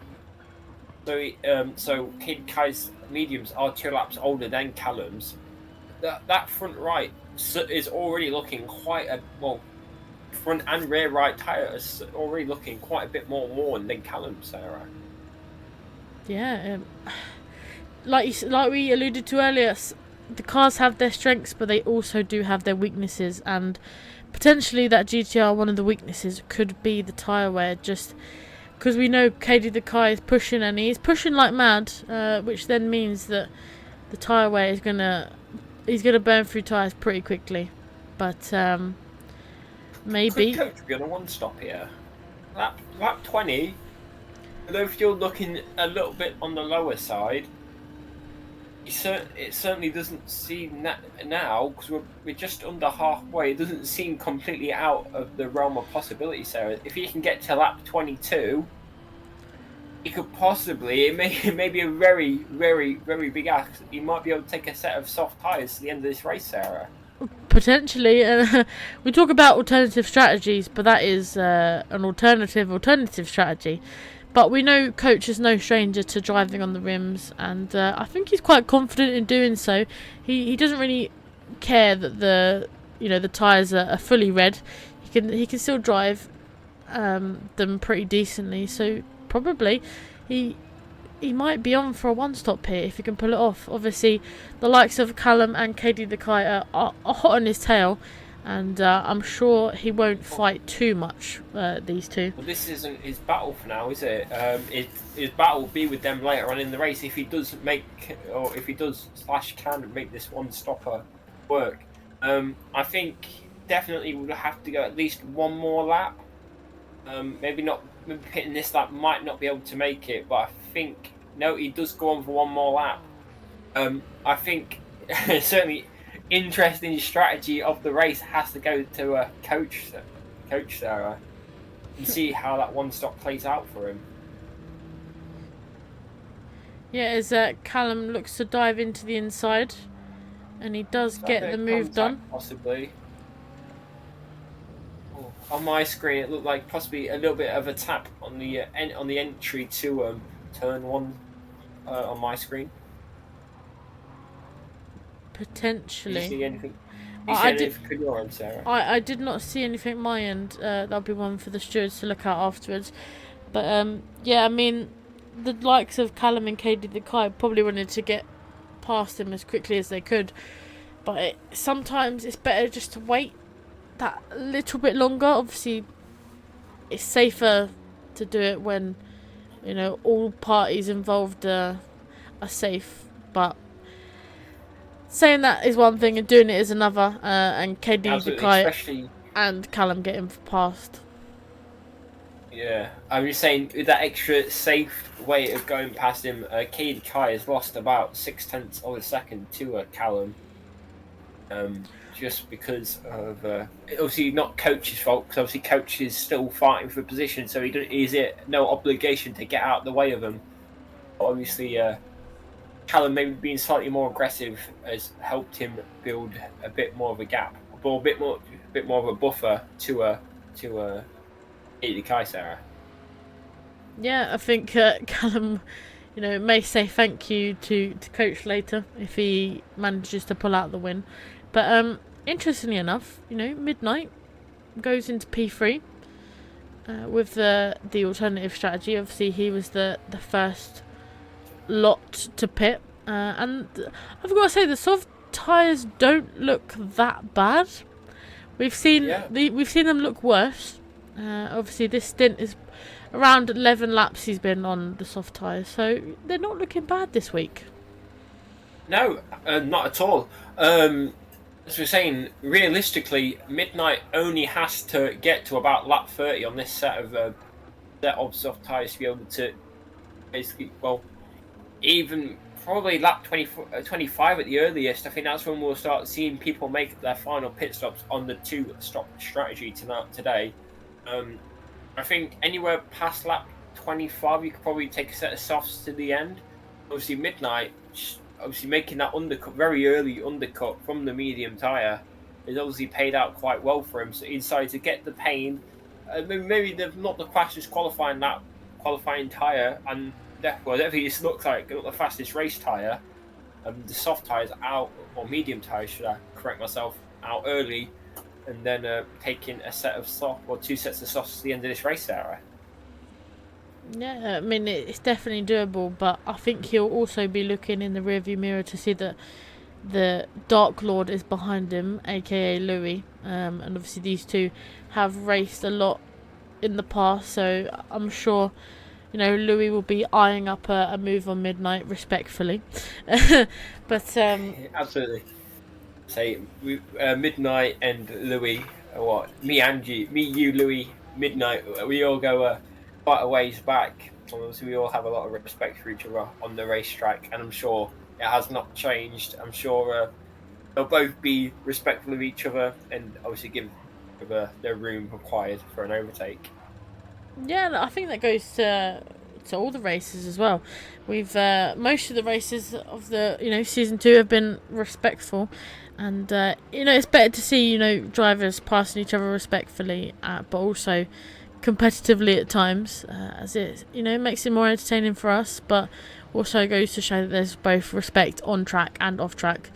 And I was just on board with Hartman and Handy Pint, obviously still roaming around with their damaged cars, so I believe they'll probably be carrying that damage till their next pit stop, which is letting Pedro catch the back of these two quite quickly, so potentially Pedro might get a few places here. Yeah, absolutely. It's certainly not off the cards. Obviously, both Handy Pint and Hartman driving wounded cars, which is costing them in a straight line.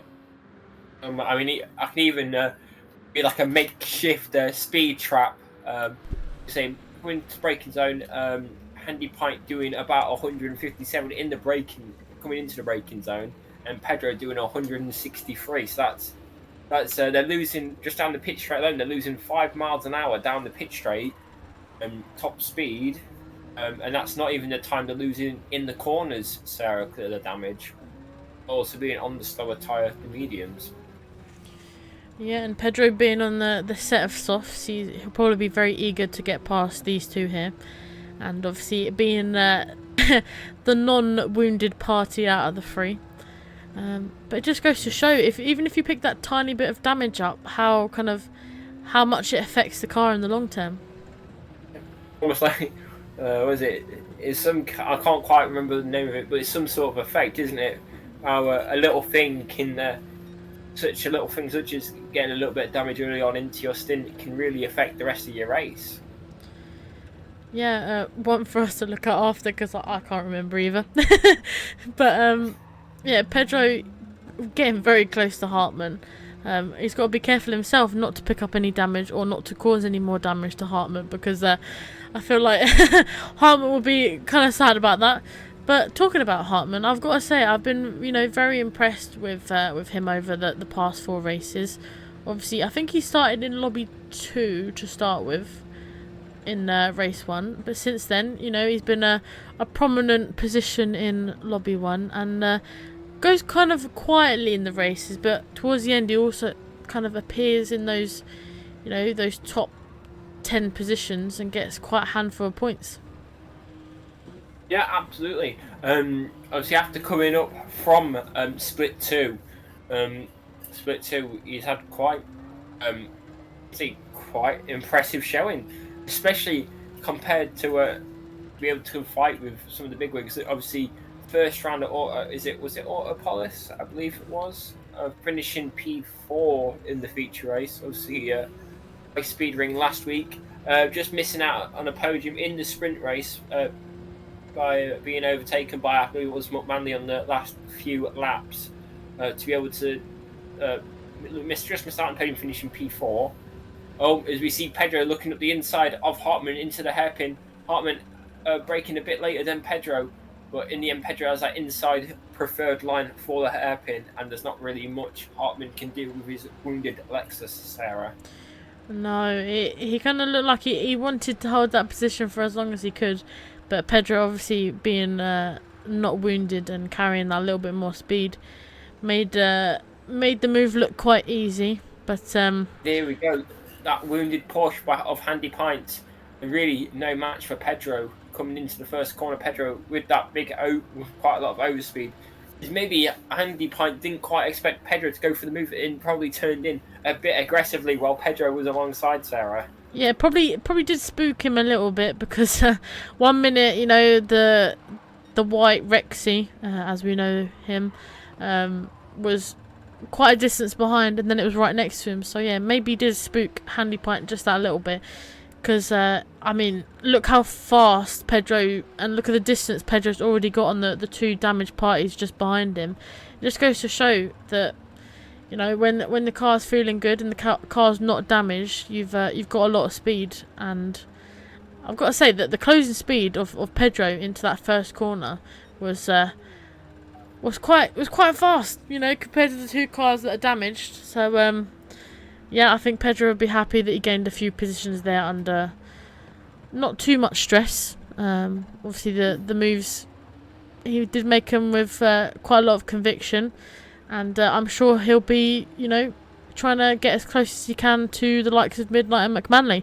Talking about Midnight, he's in for a second stop. And yeah, absolutely. So yeah, just running on fumes there towards the end of his stint. Obviously looking for the undercut on Dark Lord or Louis. Obviously Louis boxing a few laps later than at Midnight for the soft tyres. So obviously Midnight's going to hit a bit earlier than Louis this time. Try and pull out that gap a little bit on them fresh softs and see if he can then hold that final podium position to the end of this race, Sarah. Yeah, and that stint on the set of softs from Midnight, it was quite a good stint. Quite consistent times. We didn't pan to him when he was doing like a spin or anything, which I'm sure he'll be happy about. But I think it just goes to show that I think you're either a sprint racer or you're more of an endurance racer. And I think Midnight has always been good at those longer races than the shorter ones, because being quite strategically minded, he can think ahead and he knows what tyre he has to be on by what lap, how much fuel that he needs to take in. So yeah, Midnight really does come into his own in more of a longer endurance race. However, it's interesting to say, so obviously Coach Renault's on that one-stop strategy, but Midnight, after making his second pit stop, has come out in front of Coach, but obviously not really what Coach would like to see right now, Sarah. No, but like we say, I don't think Coach is any stranger to driving on a car that's a little bit kind of on the tyres. He doesn't mind driving on the rims, so I'm sure he'll be trying to make that one-stop work as best as he can. Possibly, maybe obviously coming out in front of Coach. Now that means the podium is off for Coach, which I'm sure was never really the goal today. Possibly we're still looking at a top 6 or 7 finish. Obviously, with 2 cars in front of him carrying damage, you might be able to capitalise on that. Oh, definitely. Like I say, potentially he might not get a podium, but he'll definitely bring, you know, a lot of points back. And I think that's what he does best, you know, Coach. He's quite consistent in that respect, that you kind of, he sits quietly in the race, he does a few moves here and there, but he picks up a lot of points, but he's always consistent, he's always respectful, and he's quite fast. So almost like your Hulkenbergs, if you know what I mean. Yeah, exactly. You know, you know, 1 minute he's, you know, just kind of driving along, and next minute he's in like P4, P5, you know, getting some good points. So, yeah, I mean, I wouldn't say a podium is too far out of reach for Coach. I think if he gets a track that he's, you know, 100% confident with, he's got a strategy that, you know, works, I think we could see a potential podium for Coach in the second half of the season. Obviously, we know he did get a double win in Lobby 2, but yeah, can he do the same in Lobby 1 before the end of the season? No offense to, I don't want to be, I don't want to doubt Coach's ability, but maybe not with the likes of Callum, Evo, and Kai, and Louis. We say that, but you know, we said that about Evo, but Evo's not racing tonight, so maybe potentially, you know, if all of them were not, you know, not here, I think Coach should be like, yeah, I'll take the win. But it's not all about winning here. It's just about taking part, and I've got to say, you know, everyone that takes part, you know, they are very fast, and we love them all. And you know, it's just good to see them all kind of circulating on track. And I think one thing that we enjoy watching everybody racing, but we also, obviously, I'm speaking for you, Kirk, here, but do tell me if it's wrong. But I think we also kind of like guessing the strategies as well.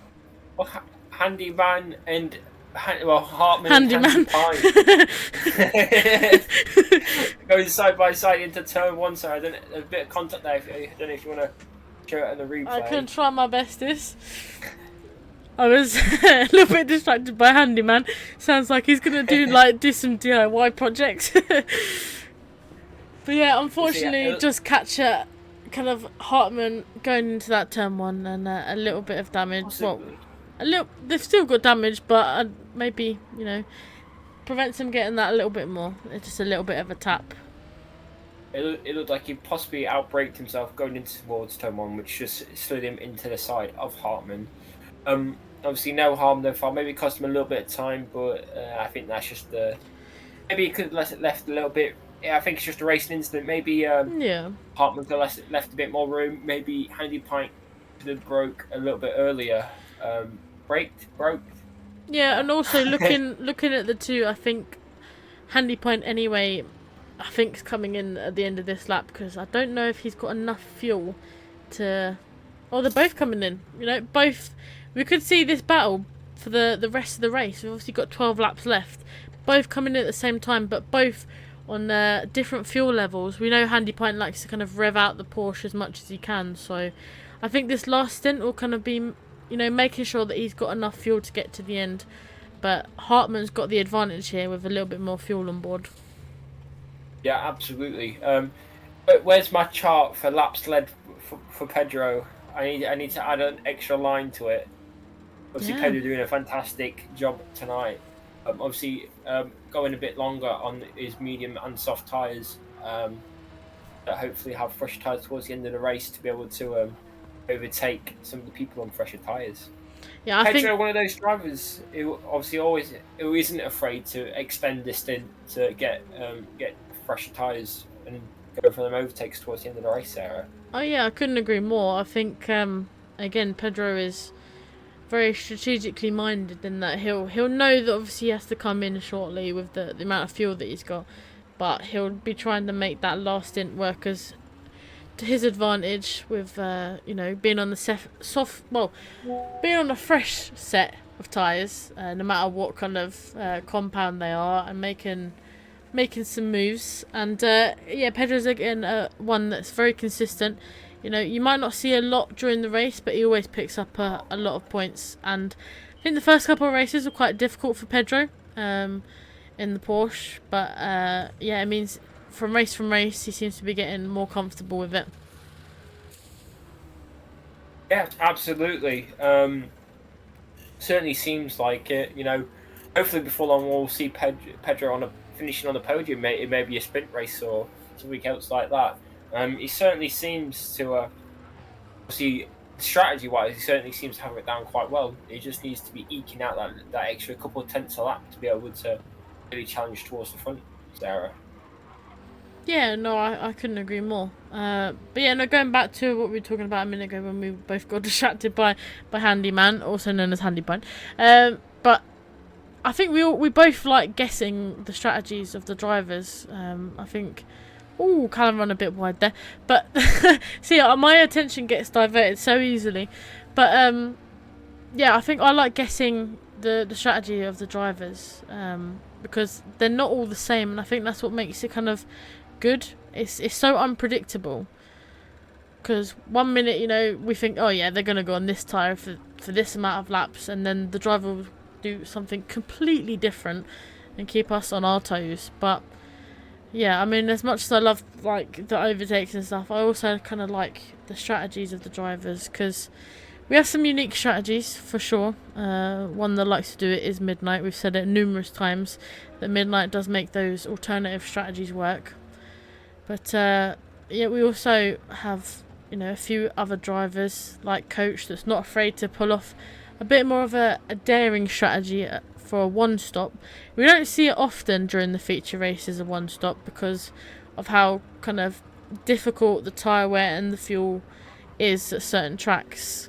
But potentially he could make it, swing into his advantage today.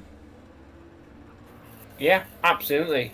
I think it'll be interesting to see that. Actually, interestingly enough, coming out the pits, Pedro has actually jumped the likes of Midnight. Midnight possibly taking more fuel than necessary to get to the end, Sarah. Yeah, potentially. Miscalculated a tiny bit, or just wants to know for certain that he can over-rev the car a little bit and he's got plenty of fuel. But I was just on board with KD the car. He picked up a 1 second somewhere, which makes that gap between himself and Callum now 7 seconds and brings the like of Louis only 2.2 seconds behind. Yeah, absolutely. Louis could be on for his back a second P2 finish in 2 weeks, and he's looking to go 3 for 3 podiums in the feature race, Sarah. Yeah, and if it goes back to what we said earlier about Louis, that he doesn't quite understand how fast he actually is, and I think because he, his confidence may have took a little bit of a dip, but it just goes to show he might not be pushing to 100% right now, but he's definitely as fast as the guys up in front. And I've got to say, I'm massively impressed by Louis. I mean, I always have been. I've always wanted to be as fast as Louis. And he's quite smooth with it. I don't know if you agree, Kirk, in that he doesn't make many mistakes. He's kind of smooth when he drives, and that's what makes a good driver. It's not kind of those harsh movements. You want to be smooth sometimes, especially around a track like this. Yeah, absolutely.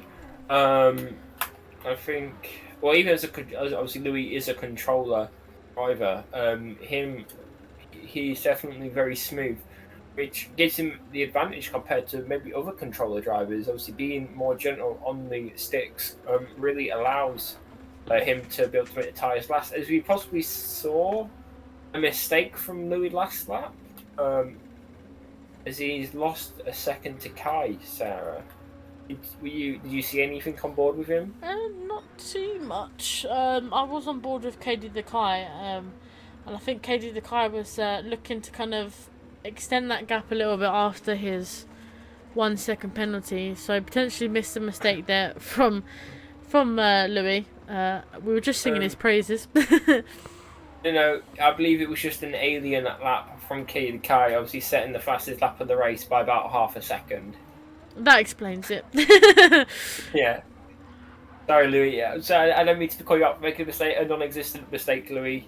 Katie Cows has been his usual alien self. Yeah, Katie the car decided to switch on the nitrous button in the GTR. Obviously, he seems a lot more confident. Katie Cow seems a lot more confident around this track than he has done in previous weeks, Sarah. Yeah, and it's really good to see. It just, when you get the right track car combo.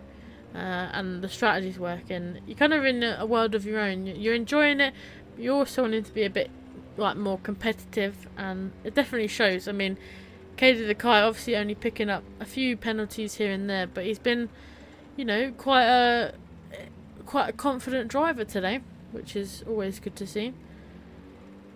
Yeah, absolutely. It certainly seems like it. Hopefully, this is the Katie Kai we'll see for the rest of the season. Obviously, maybe picking up one or two silly penalties in the end today to really stop him from challenging the likes of Callum today. But it certainly seems as if the confidence is there and back for Kai. Yeah, obviously we know in season 1 that he was a very frequent podium position driver.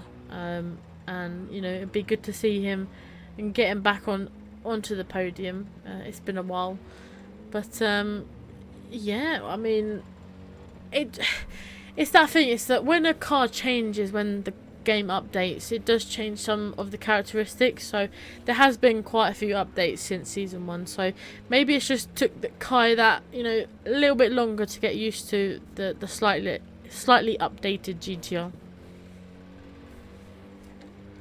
Yeah, absolutely. Do we know? I can't remember if Katie Kai is a controller or a pad user. I can check for you.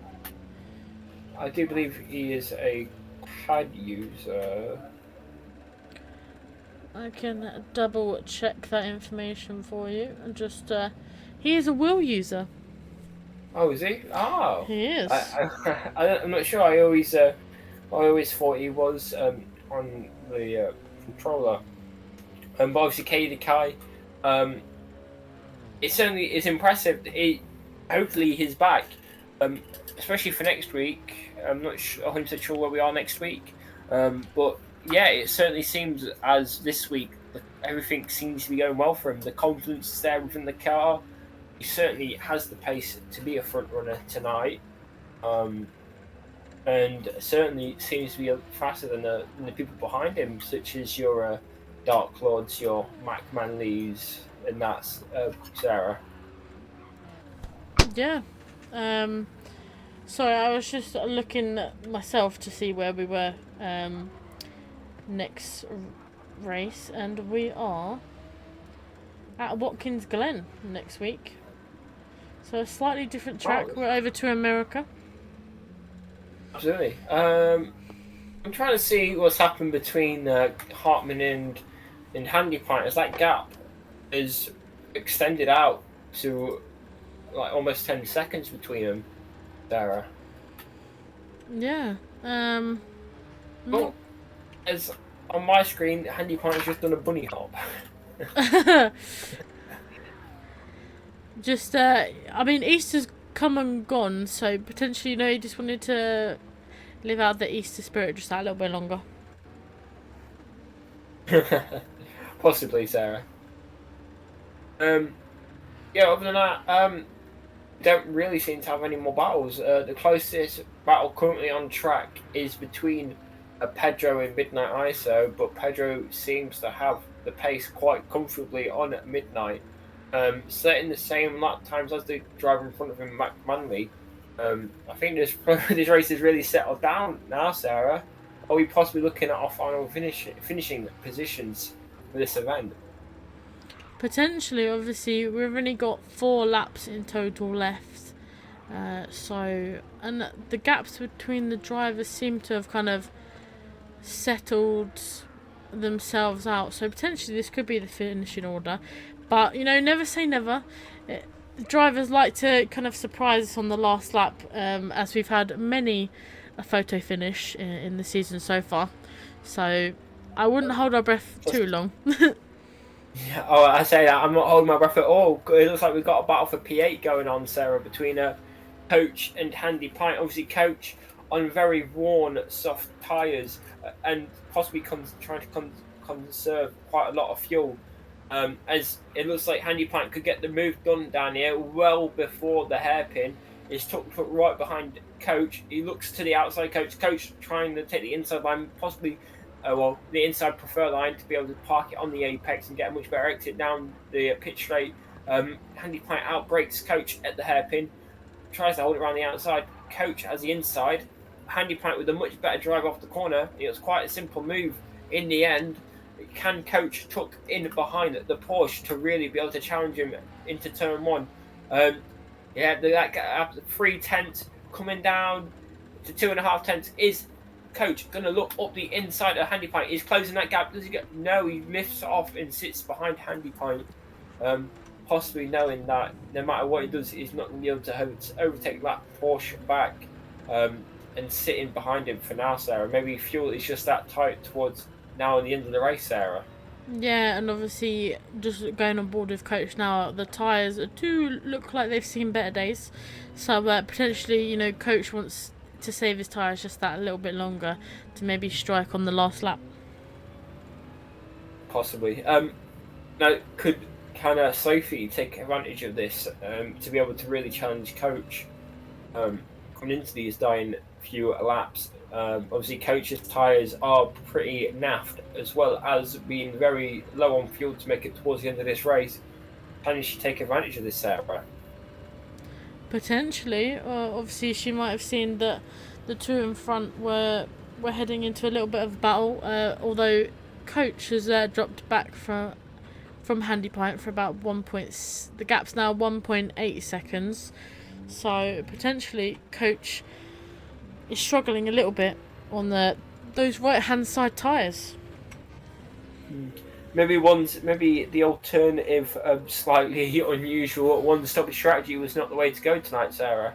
No, it's hard, isn't it? It's very hard to pull off a one-stop, and especially around a track like this. As we keep saying, it's one of those mid-high speed tracks. It's you've got the sweeping corners, you've got the tunnels, you've got the hills. So pulling off a one stop is very brave. Sometimes it pulls off, and sometimes it you end up having to save more than you give, if that makes any sense. Obviously, I think Coach is still got a little bit more in the tank to give. But on that one stop, obviously his tyres being a little bit worse for wear compared to the likes of Sophie just behind.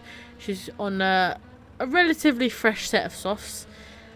So yeah, and it's actually saying on board with her, she's catching Coach quite quickly. Yeah. If she does catch up for the overtake, Sarah, would you like to talk us through it? Yes, I can do indeed. We're just going outside the tunnel into the hairpin. The gap is about 1.7 seconds. I'm just go on board with Coach as well. Obviously, I think Coach will now be looking behind to see that Sophie is catching quite rapidly. So I think Coach will be looking to defend, looking after those tyres as well as we go on to lap 41. But could we see Sophie, on the last lap giving it her all and overtaking Coach? Coach's tyres look dead about now. Sophie is really going to close that gap up in this first sector, Sarah, as without any front tyre grip to give, this is where Coach is going to lose all his time compared to the medium, or compared to the high-speed corners. He's going to really struggle at the hairpin as well. The final real corner, obviously with that really worn down front right tyre, is not going to be able to get the front axle of that car turned in at all. Maybe even using a dab on the handbrake to help rotate the rear to get a straighter exit, Sarah. Yeah, potentially. Obviously, we see Sophie going for that move now into the tunnel, side by side, her and Coach. Who's going to come out on top as they go into the second tunnel here, just before the hairpin turn. Sophie's on that inside line, tucks behind Coach, goes to the outside line. Will she look for the switchback coming out of the hairpin? Get side by side with Coach again. And it's basically a drag race to the start-finish line. Sophie just pulls out ahead now. But can she keep 9th place going on to the final lap? That is the question. Absolutely. It will be difficult for Coach to be able to come back as that front right is completely worn and he will not be able to turn it out. Sophie goes deep into the first corner, but in the end, Coach just does not have the turning from that front axle to be able to challenge her. And that is a move done, Sarah. Yeah, that's pretty much a move done and dusted. Obviously, Sophie having that little bit more traction with a lot more rubber helped her. Even though she went deep, she was able to kind of recover it quite quickly.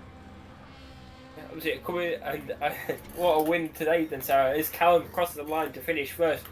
Obviously, we saw a bit of battle at the first few laps between Callum and Kai, but obviously them penalties racked up for Kai in the end really cost him a chance to challenge for victory. As we see Louis doing some celebratory spins across the line, finish P3, Mac taking P4, and Pedro, what a drive from Pedro there to finish P5 with Midnight ISO taking P6. Probably a little bit disappointing from where he was earlier in the race, obviously running up in the podium positions, but he finished in P6. Hartman taking 7th. Obviously, we saw him pick up damage at the start of his medium stint, which really obviously ruined, well, I say ruined, but really cost him his race. Same with Handy Pint as well. I'm not sure if Handy Pint and Hartman are another coming together after their final pit stop, which cost him a lot of time, or if Handy Pint possibly had a little incident of his own.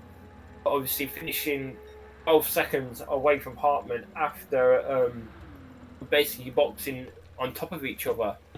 Obviously not something that you probably think unusual might happen there. Other than that, in P9 we have Sophie driving a very good race, but actually picking up a penalty upon the final lap. Obviously quite lucky to be able to pull that gap out in the end to Coach. Coach, I tried something a bit different. It didn't quite work. Finishing P10 and ripping the tearing finish is rounding out our finishes tonight in P11, Sarah. Yes, and obviously the victory again goes to Callum, and what a win! Obviously that 7-second gap between himself and Katie Dekai. Katie Dekai not being able to close that gap, but Oh, actually, I will make sure to save the replay because I always forget. And then we will run down the order and then get ready for the podium room / driver interviews. So if the podium drivers from both the sprint and the feature race do want to pop over to the podium room, and me and Kirk will be over in just a second once we've kind of finished, talking about the grid and talking about the 2 races that we've had tonight, as well as our feature race finishing order. So, Kirk, could you run me down the top 6 again, and then I will go from 7th downwards? Absolutely, Sarah. So, taking our victory tonight in our feature race, we have Callum. Obviously, basically, after the final pit stop, where we saw Kai pick up a few half-second penalties and that, in the end, completely untouchable. I say untouchable. Maybe not as dominant as we've seen him in previous weeks. Obviously, with Katie Kai, if he didn't pick up those few penalties, he would have probably been able to challenge Callum a bit more closely towards the end of this race. Second, we have Katie Kai. Nothing to be ashamed of this week at high speed at Deep Forest. Obviously, we saw with him the confidence is there to push the car finally after having quite a few off weeks. It's certainly very good to see him do well tonight, finishing second. After that, we have a 3rd podium in 3 weeks for the Dark Lord / Louis. I'm sure he'll be very happy again tonight to finish upon the podium. I'm sure we'll see him on the podium again next week. 4th place we have Mac. So we saw Mac make that spin. I believe it was towards the end of the first stint. Obviously we saw Max spin. Obviously unfortunate for him. Maybe would have seen a closer battle between him and the Dark Lord. Without that, and then P5. What a drive from Pedro! I'm sure starting this race, Pedro would not have dreamed of finishing P5. Obviously the pace of the grid and all that. But obviously in the end he had the strategy, he kept it clean, he had the pace to be able to hold Midnight off in the end by quite a margin after that final pit stop. And then P6, Midnight ISO, obviously qualified, obviously finishing higher up than where he qualified, obviously taking the slower tyre, the medium tyre first, obviously pitted before everybody else to get off the medium tyre once he had done this minimum amount of laps required on the medium. And I'm certainly, again, nothing to stick his nose up at. P6, I'm sure he'll be very happy with that. If you want to take out the rest of the grid, Sarah. Yeah, I will do indeed. Yes, obviously starting off from Hartmann. Hartmann in P7 had quite a quiet race, but also at the same time didn't, because he picked up some damage between himself and Handy Point. But I mean, Hartmann again, another impressive drive. I've got to say, I'm always impressed with Hartmann because, you know, he doesn't cause chaos. He drives consistently. He's always kind of there or around that top 5 group. So it's good to see him doing so well again. And just behind him, we then have Handy Point. Handy Point and Hartmann battling it all race long, which was good to see. Those two quite level on and quite matched on pace between those two. So it was good to see them battling all race long. In P9, in her first ever Nighthawk racing event, we have Sophie in P9. Obviously picking up a penalty on that last lap, which means she takes on a second penalty. But yeah, I'm very impressed and very proud of Sophie in her first ever Nighthawk racing event, and hopefully, potentially, in the future, we might see her back. But yeah, I hope you enjoyed Sophie. In P10, we then have Coach, and trying to make that one-stop strategy work. If it was, the race was a little bit shorter, I can see that one-stop strategy working out to his favour. But yeah, on that last lap, Sophie being on the fresh set of softs, she was just able to carry that little bit more speed than Coach, obviously, and a little bit more traction coming out of the high-speed corners. So close between those two, but Sophie coming out on top. And then in P11, rounding out the Lobby 1 grid and the finishing order is Ripin Deterin in P11. Again, having quite a quiet race, but finishing on the lead lap. And that just goes to show, obviously, everyone finishing on the lead lap. Everyone in here is very matched on speed, matched on pace, and I'm impressed and I'm proud of everyone yet again. What a race that we had. And I'll have a quick look at the podium room. Currently, we don't have anyone waiting. But if there is anybody that does want to come and have a chat to me and Kirk before we round off the stream, then please do jump into the podium room. And we'll be more than happy to have a chat, hear your thoughts about the race, the 2 races, and what you felt about the Deep Forest. Obviously, next up, we are, like I mentioned earlier, we are at Watkins Glen from next week. So we are off to America. A slightly different track. And potentially, I know a few drivers, it's one of their kind of preferred tracks. They've raced it quite a bit. So, yeah, I'm excited for Watkins Glen. I know obviously we've just finished the Deep Forest, but I'm always excited for the next event and looking forward to see what Watkins Glen can bring us. But, yeah, if I pop over to the podium, I see Louis is just joined, so we'll go and have a quick chat to him.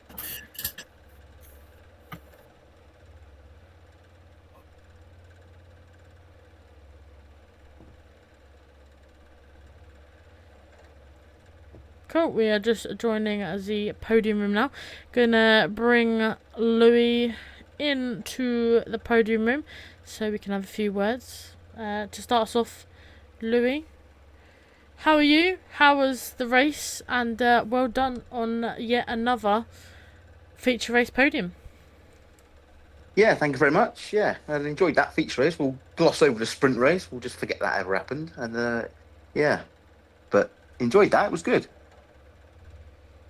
You did really well, and we were singing your praises all race long. So I hope you get to enjoy that on the replay. Us singing your praises, and we always say that you don't think you're fast, but we know you're fast, and we know you're quite smooth. So it's always good to see you around and on the podium. But I'm gonna hand you over to Kirk, who I'm sure has got a few questions for you. I know you said don't talk about the sprint race, but where do you think it all went wrong today? Well, in the sprint race, probably where I crashed. I would imagine that's probably where it went wrong. But no, to be fair, it was difficult because it was just every time I got in front of anybody, they just walk past me on the straight. They're just GTR is just such a just a nail in straight line speed. It's just got nothing. I think I was battling with Coach for 2 or 3 laps, and every time I got in front of him, he just walked past me again on the straight. So I struggled with that, and then I think I got up to about P7, and then I just lost the back end going through the little tunnel bit, and it just hit the wall, and I got damaged, and that was the end of that sprint race, really. So yeah, it's disappointing, but these things happen. But made up for it in the feature race, thankfully. Obviously, you're saying that the GTR was a snail in a straight line. Did you really expect to finish as high as you did today in the feature race? Not really. Wasn't really sure where I was going to be. Again, I mean, qualifying, I qualified where I wanted to be, which I think was the fastest of the medium runners. So that's where I wanted to be in qualifying. I got a good start. I think Handy Pint in the Porsche got a bit of that Porsche is not great off the line. So I think I managed to sort of just sneak past him and held up him and Hartman for a couple of laps on the soft tyres, which I think helped me out quite a lot. And then obviously I think Mac had a spin as well, I think at some point in his first stint. So I think if he hadn't had that spin, he probably would have got P3. I think mine and his pace were reasonably similar. So I wasn't sure where I was going to be, to be honest. I hadn't done any practice again, literally did about 5 or 6 laps this evening before the race started. So I didn't have any idea about strategy or anything. So I just sort of winged it again, and it worked out. I should just do it every week. Yeah. Obviously, well, I probably know what the answer is going to be. Do you think, given a different world, a different strategy, do you think you could have challenged either of the front two today?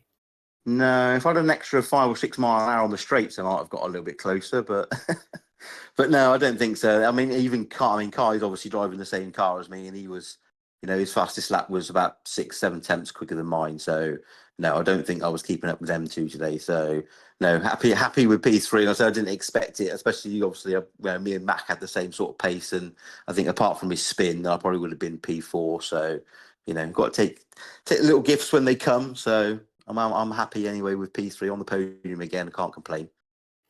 Yeah. Well, that's all my questions there now. I got a bit of a slap on the wrist from midnight from taking a bit too long with the questions. But you've done very well today. Very well today, Louis, and I look forward to seeing you next week at Watkins Glen. Are you aiming for a podium again next week? Possibly. I mean, the GTR might be a bit better there because it's not necessarily a power track at Watkins Glen. So it might sort of suit the car. But I don't know what the tyre wear will be like. I haven't got a clue. But we'll give it a go as usual. So you never know what will happen. We can only try. No worries. Thank you for your time, Louis. I look forward to seeing you next week. Cheers, guys. Thank you. But yeah, if there is anybody else that wants to come and have a quick chat with me and Kirk before we round the stream off, and we look forward to Watkins Glen next week. So yeah, if there is anybody out there that wants to have a quick word, please do. Even if you weren't on the podium, if you just want to come and have a quick chat, feel free. But yeah, I mean, Kirk, what did you think of the Deep Forest and the sprint and feature race that we had today? I think, being honest, the start of the feature race was definitely very exciting. Obviously, seeing Louis go past them two of the soft runners of Hartman and Handy Pint. Certainly very interesting at the start. Obviously, seeing I believe it was Handy Pint make the slight mistake, causing him and Hartman to pick damage up early on in their medium runs. Obviously, a bit of drama to spice up the race to help some of the people who started on the medium tire to jump up the grid a little bit. Obviously, the likes of Pedro, Midnight, and Louis taking full advantage of that. But I find really probably apart from Coach towards the end of the race, maybe it don't want to say dulled out because that seems a bit harsh. Because overall, I think the race was quite a good race. But definitely, we've seen more exciting finishes, Sarah. Yeah, and I think that just goes to show the different strategies that people were taking. That it offsets the drivers a little bit. So obviously, when like we saw Midnight, he was on the mediums, then went on to the two set of softs. Obviously, that offset him a little bit, but he was able to kind of keep around Pedro. And I mean, even like likes of Pedro, he started quite low down, but with his strategy, he then got up to quite high and finished in quite a high position. So yeah, that's what I like about this championship. It's obviously about speed. It's about kind of friendly competition, but it's also about strategy in the feature race. And I think that's where, drivers, sometimes their strategies work, sometimes their strategies don't work, unfortunately, but it's all kind of about figuring that out. And every race session is a test like a data gathering session in a way, because a strategy that worked one week might not work the next, but you can kind of take bits and bobs from every race that you do, and kind of helps you shape what to expect for the next race, and what tyres work, what tyres don't work. So yeah, a good race overall, I think. If you had to rate it out of 10 on the scale, where would you rate it? I think it's definitely not been the most exciting race we've seen. But I also wouldn't call it a boring race, because obviously we saw plenty of action throughout the entire thing. I'd probably give it a good 6.5 to a 7. Maybe not the greatest race we've ever seen, but no mean a snooze fest. No, and we have a Pedro that wants to come and have a chat with us. Hello, Pedro. Thank you for joining us. We appreciate it. How was your race? Talk to us about the sprint race, feature race. How did you find it? And just talk to us a bit from your point of perspective. Hey guys. Well, it's been a while since I've been in this position, I guess, to give an interview. No, I think as much as the result may suggest otherwise, I think it wasn't a really good performance for me today. Was quite disappointed with the sprint because I felt like I lost a lot of time fighting, especially during the first few laps. And when the race finally started going my way somewhat, just ran out of tires pretty much. Qualifying, I was really disappointed. I felt like I left a lot of space on the table. Even in the feature, I mean, I just didn't have the same pace that I had when I was doing practice,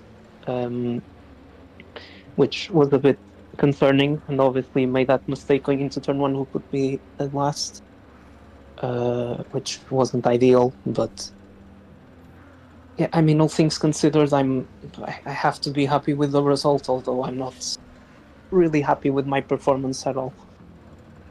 Very hard on yourself. We personally, we're singing your praises during the feature race, because we obviously know that you went on a slightly alternative strategy to the people around you, and you managed to make a few undercuts stick. Especially on that last stint, we saw you pipping the likes of Midnight. Obviously, we know you two are quite matched on speed, so you made that undercut work. And we were singing your praises. We thought you did really well, and it's good to see you, getting closer and closer back onto the podium step. But Kirk, if you have any questions for our very own Pedro, please feel free to ask. Absolutely. Obviously, well done, Pedro, finishing P5 in the feature race. Thank you. Where did you think you say you weren't very happy with your performance today, but where do you think it went right for you today? Obviously, we saw you finish very high up in P5. Obviously, something must have gone right for you. Yeah, I think the key was really the fact that I managed to extend that first stint on the mediums by quite a few laps, which kind of gave me the free air that I was needing. Then the first stint on the soft, that was the one that I was technically a little bit more disappointed with, because I didn't have the same sort of pace that I had on the third stint, and I reckon if I managed to match the pace that I had on both stints of softs, I probably could have been closer to Mac at least. But at least on second stint, I did manage to overtake the cars that were in front of me as quickly and as cleanly as possible. And yeah, I think the third stint was actually quite solid. In turn, like just overall, I guess I just kept it consistent, and I was generally quicker than on the previous ones. So yeah, I think especially the first and the last stints made all the difference. Yeah. Obviously, we saw you start on the medium tire as well. Obviously, extend quite long into the race on that first stint. What made you think that the medium was the better tire, a start tire compared to the soft tire? Well, mainly I just thought about it because, well, I've seen the tire wear was technically pretty low around here, and I just thought that, especially considering like where I started the race, I just thought that me going longer could possibly leave me in better position for the next couple of stints on the softs and really try to maximize them, and mostly just get some clean air and really, as I said, like kind of save some good pace for the last couple of stints. Although I could have, well, yeah, I just felt that the tire wear was really good and the car felt quite balanced, so that's why I opted to go for it. No worries. And then, sorry, one more question for you, Pedro. Obviously, we saw you finish P5 in the feature race today. Can we expect to see that from you next week at Watkins Glen? Do you think you'll be able to do just as well next week? I think Watkins Glen is one of those tracks that is a bit of a bogey track for me, so I'm not 100% sure. Like my goal is to at least finish in the top 5, around top 5, top 6. But obviously, like, just have a lot of fast drivers as well, and people who are in general just more confident around there. So I guess we're gonna have to see what happens.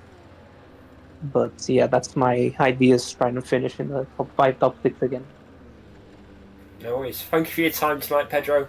You did very well today, finishing Thank you. P5 in the feature race. So try not to beat yourself up too much. Yeah, I'll try never. don't be hard on yourself. Believe in yourself, because us at the Nighthawk Racing team, we all believe in you, and we know that obviously, even if you're disappointed, you still did well. So you know, pat yourself in the back, be proud of yourself, and look forward to Watkins Glen next week. But yeah, thank you very much for popping in, having a little chat to us.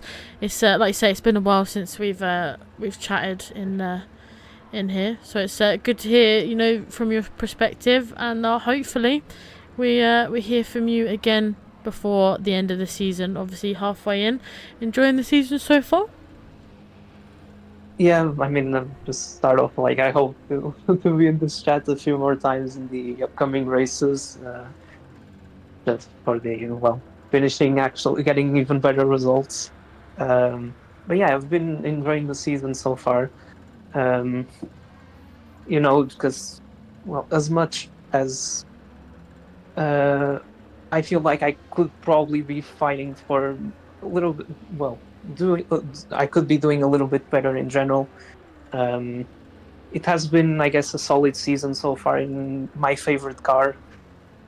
So I have a lot of reasons to look forward for it anyway. But the tracks in general and everything, I've been really enjoying it. And yeah, I can only say that I'm looking forward to the second half of the season and hopefully keep on improving, getting better results, and having a lot more reasons to be happy and look forward to the rest to playing this game a lot more. Yeah, and like Kirk said, thank you very much for your time. I hope you enjoy it the rest of your evening, and good luck in Watkins Glen. Again, we'll be Thank you. probably singing your praises during the race. Hopefully. Be proud of yourself, and we will see you next week. Yeah, thank you very much, guys. Thank you for letting me join, and I'm looking forward to hearing the commentary post race later on. Thank you very much. So, Also, before we let evening. Pedro go, I've just remembered. Please, if you're ever kind of struggling learning a track, or there's a certain track that you need a certain lap guide for, Pedro has been filming some tutorial videos for us, and they are obviously on the tracks that we've raced so far in season 2. There are YouTube videos on the Nighthawk Racing YouTube with Pedro giving a little bit of a tutorial around the tracks, and I know personally it's helped quite a few drivers, so again, thank you for doing that, Pedro. And if there is anybody out there that wants a tutorial, hard to say that word quickly, a tutorial around certain tracks, please do let Pedro know if there's a certain track that you want him to do a lap guide for. But just before I go as well, just want to say that it has been a pleasure to be doing those track guides, and obviously I've already heard of some feedback from people saying that it helped them, which was one of my main goals for this season, because I know that I'm not necessarily the fastest or the best driver in this game, but if there's any bits of knowledge and information that I can give to others to help them improve as well, that was one of my main goals for this season. And yeah, it has been a very enjoyable experience. Actually, midnight I've already recorded the lap guide for Watkins Glen, so it should be ready to go soon. And yeah, looking forward to doing it for the rest of the season. And once again, thank you very much for letting me join today. Yeah, always. But we are gonna end the stream there. Thank you for everyone that's been on the grid tonight. Obviously, me and Kirk, we do love watching you guys, providing us with a good sprint and feature race, and making our job that little bit harder to keep up with all the moves, all the overtakes, all the strategies. But we wouldn't have it any other way. So thank you very much for all the drivers, for the admin team as well, for the hard work you put in behind the scenes. And we will see you next week around the same sort of time of 8:30 around, if I get the right one, there we are, around Watkins Glen. So a slightly different track. To be fair, very similar to some of the tracks that we've already driven, but another tough track for the drivers to practice over the next week. But we will go and say hello to Sharon. We'll start the raid, and she was a driver in Lobby 2 tonight. And make sure to keep an eye out on the Nighthawk Racing YouTube for the commentary for Lobby 2. But apart from that, I will leave you with Swizzy's Hot Lap to round us out, and then we will go and say hello to Sharon. Good night. Goodbye. See you next time. Bye, everyone.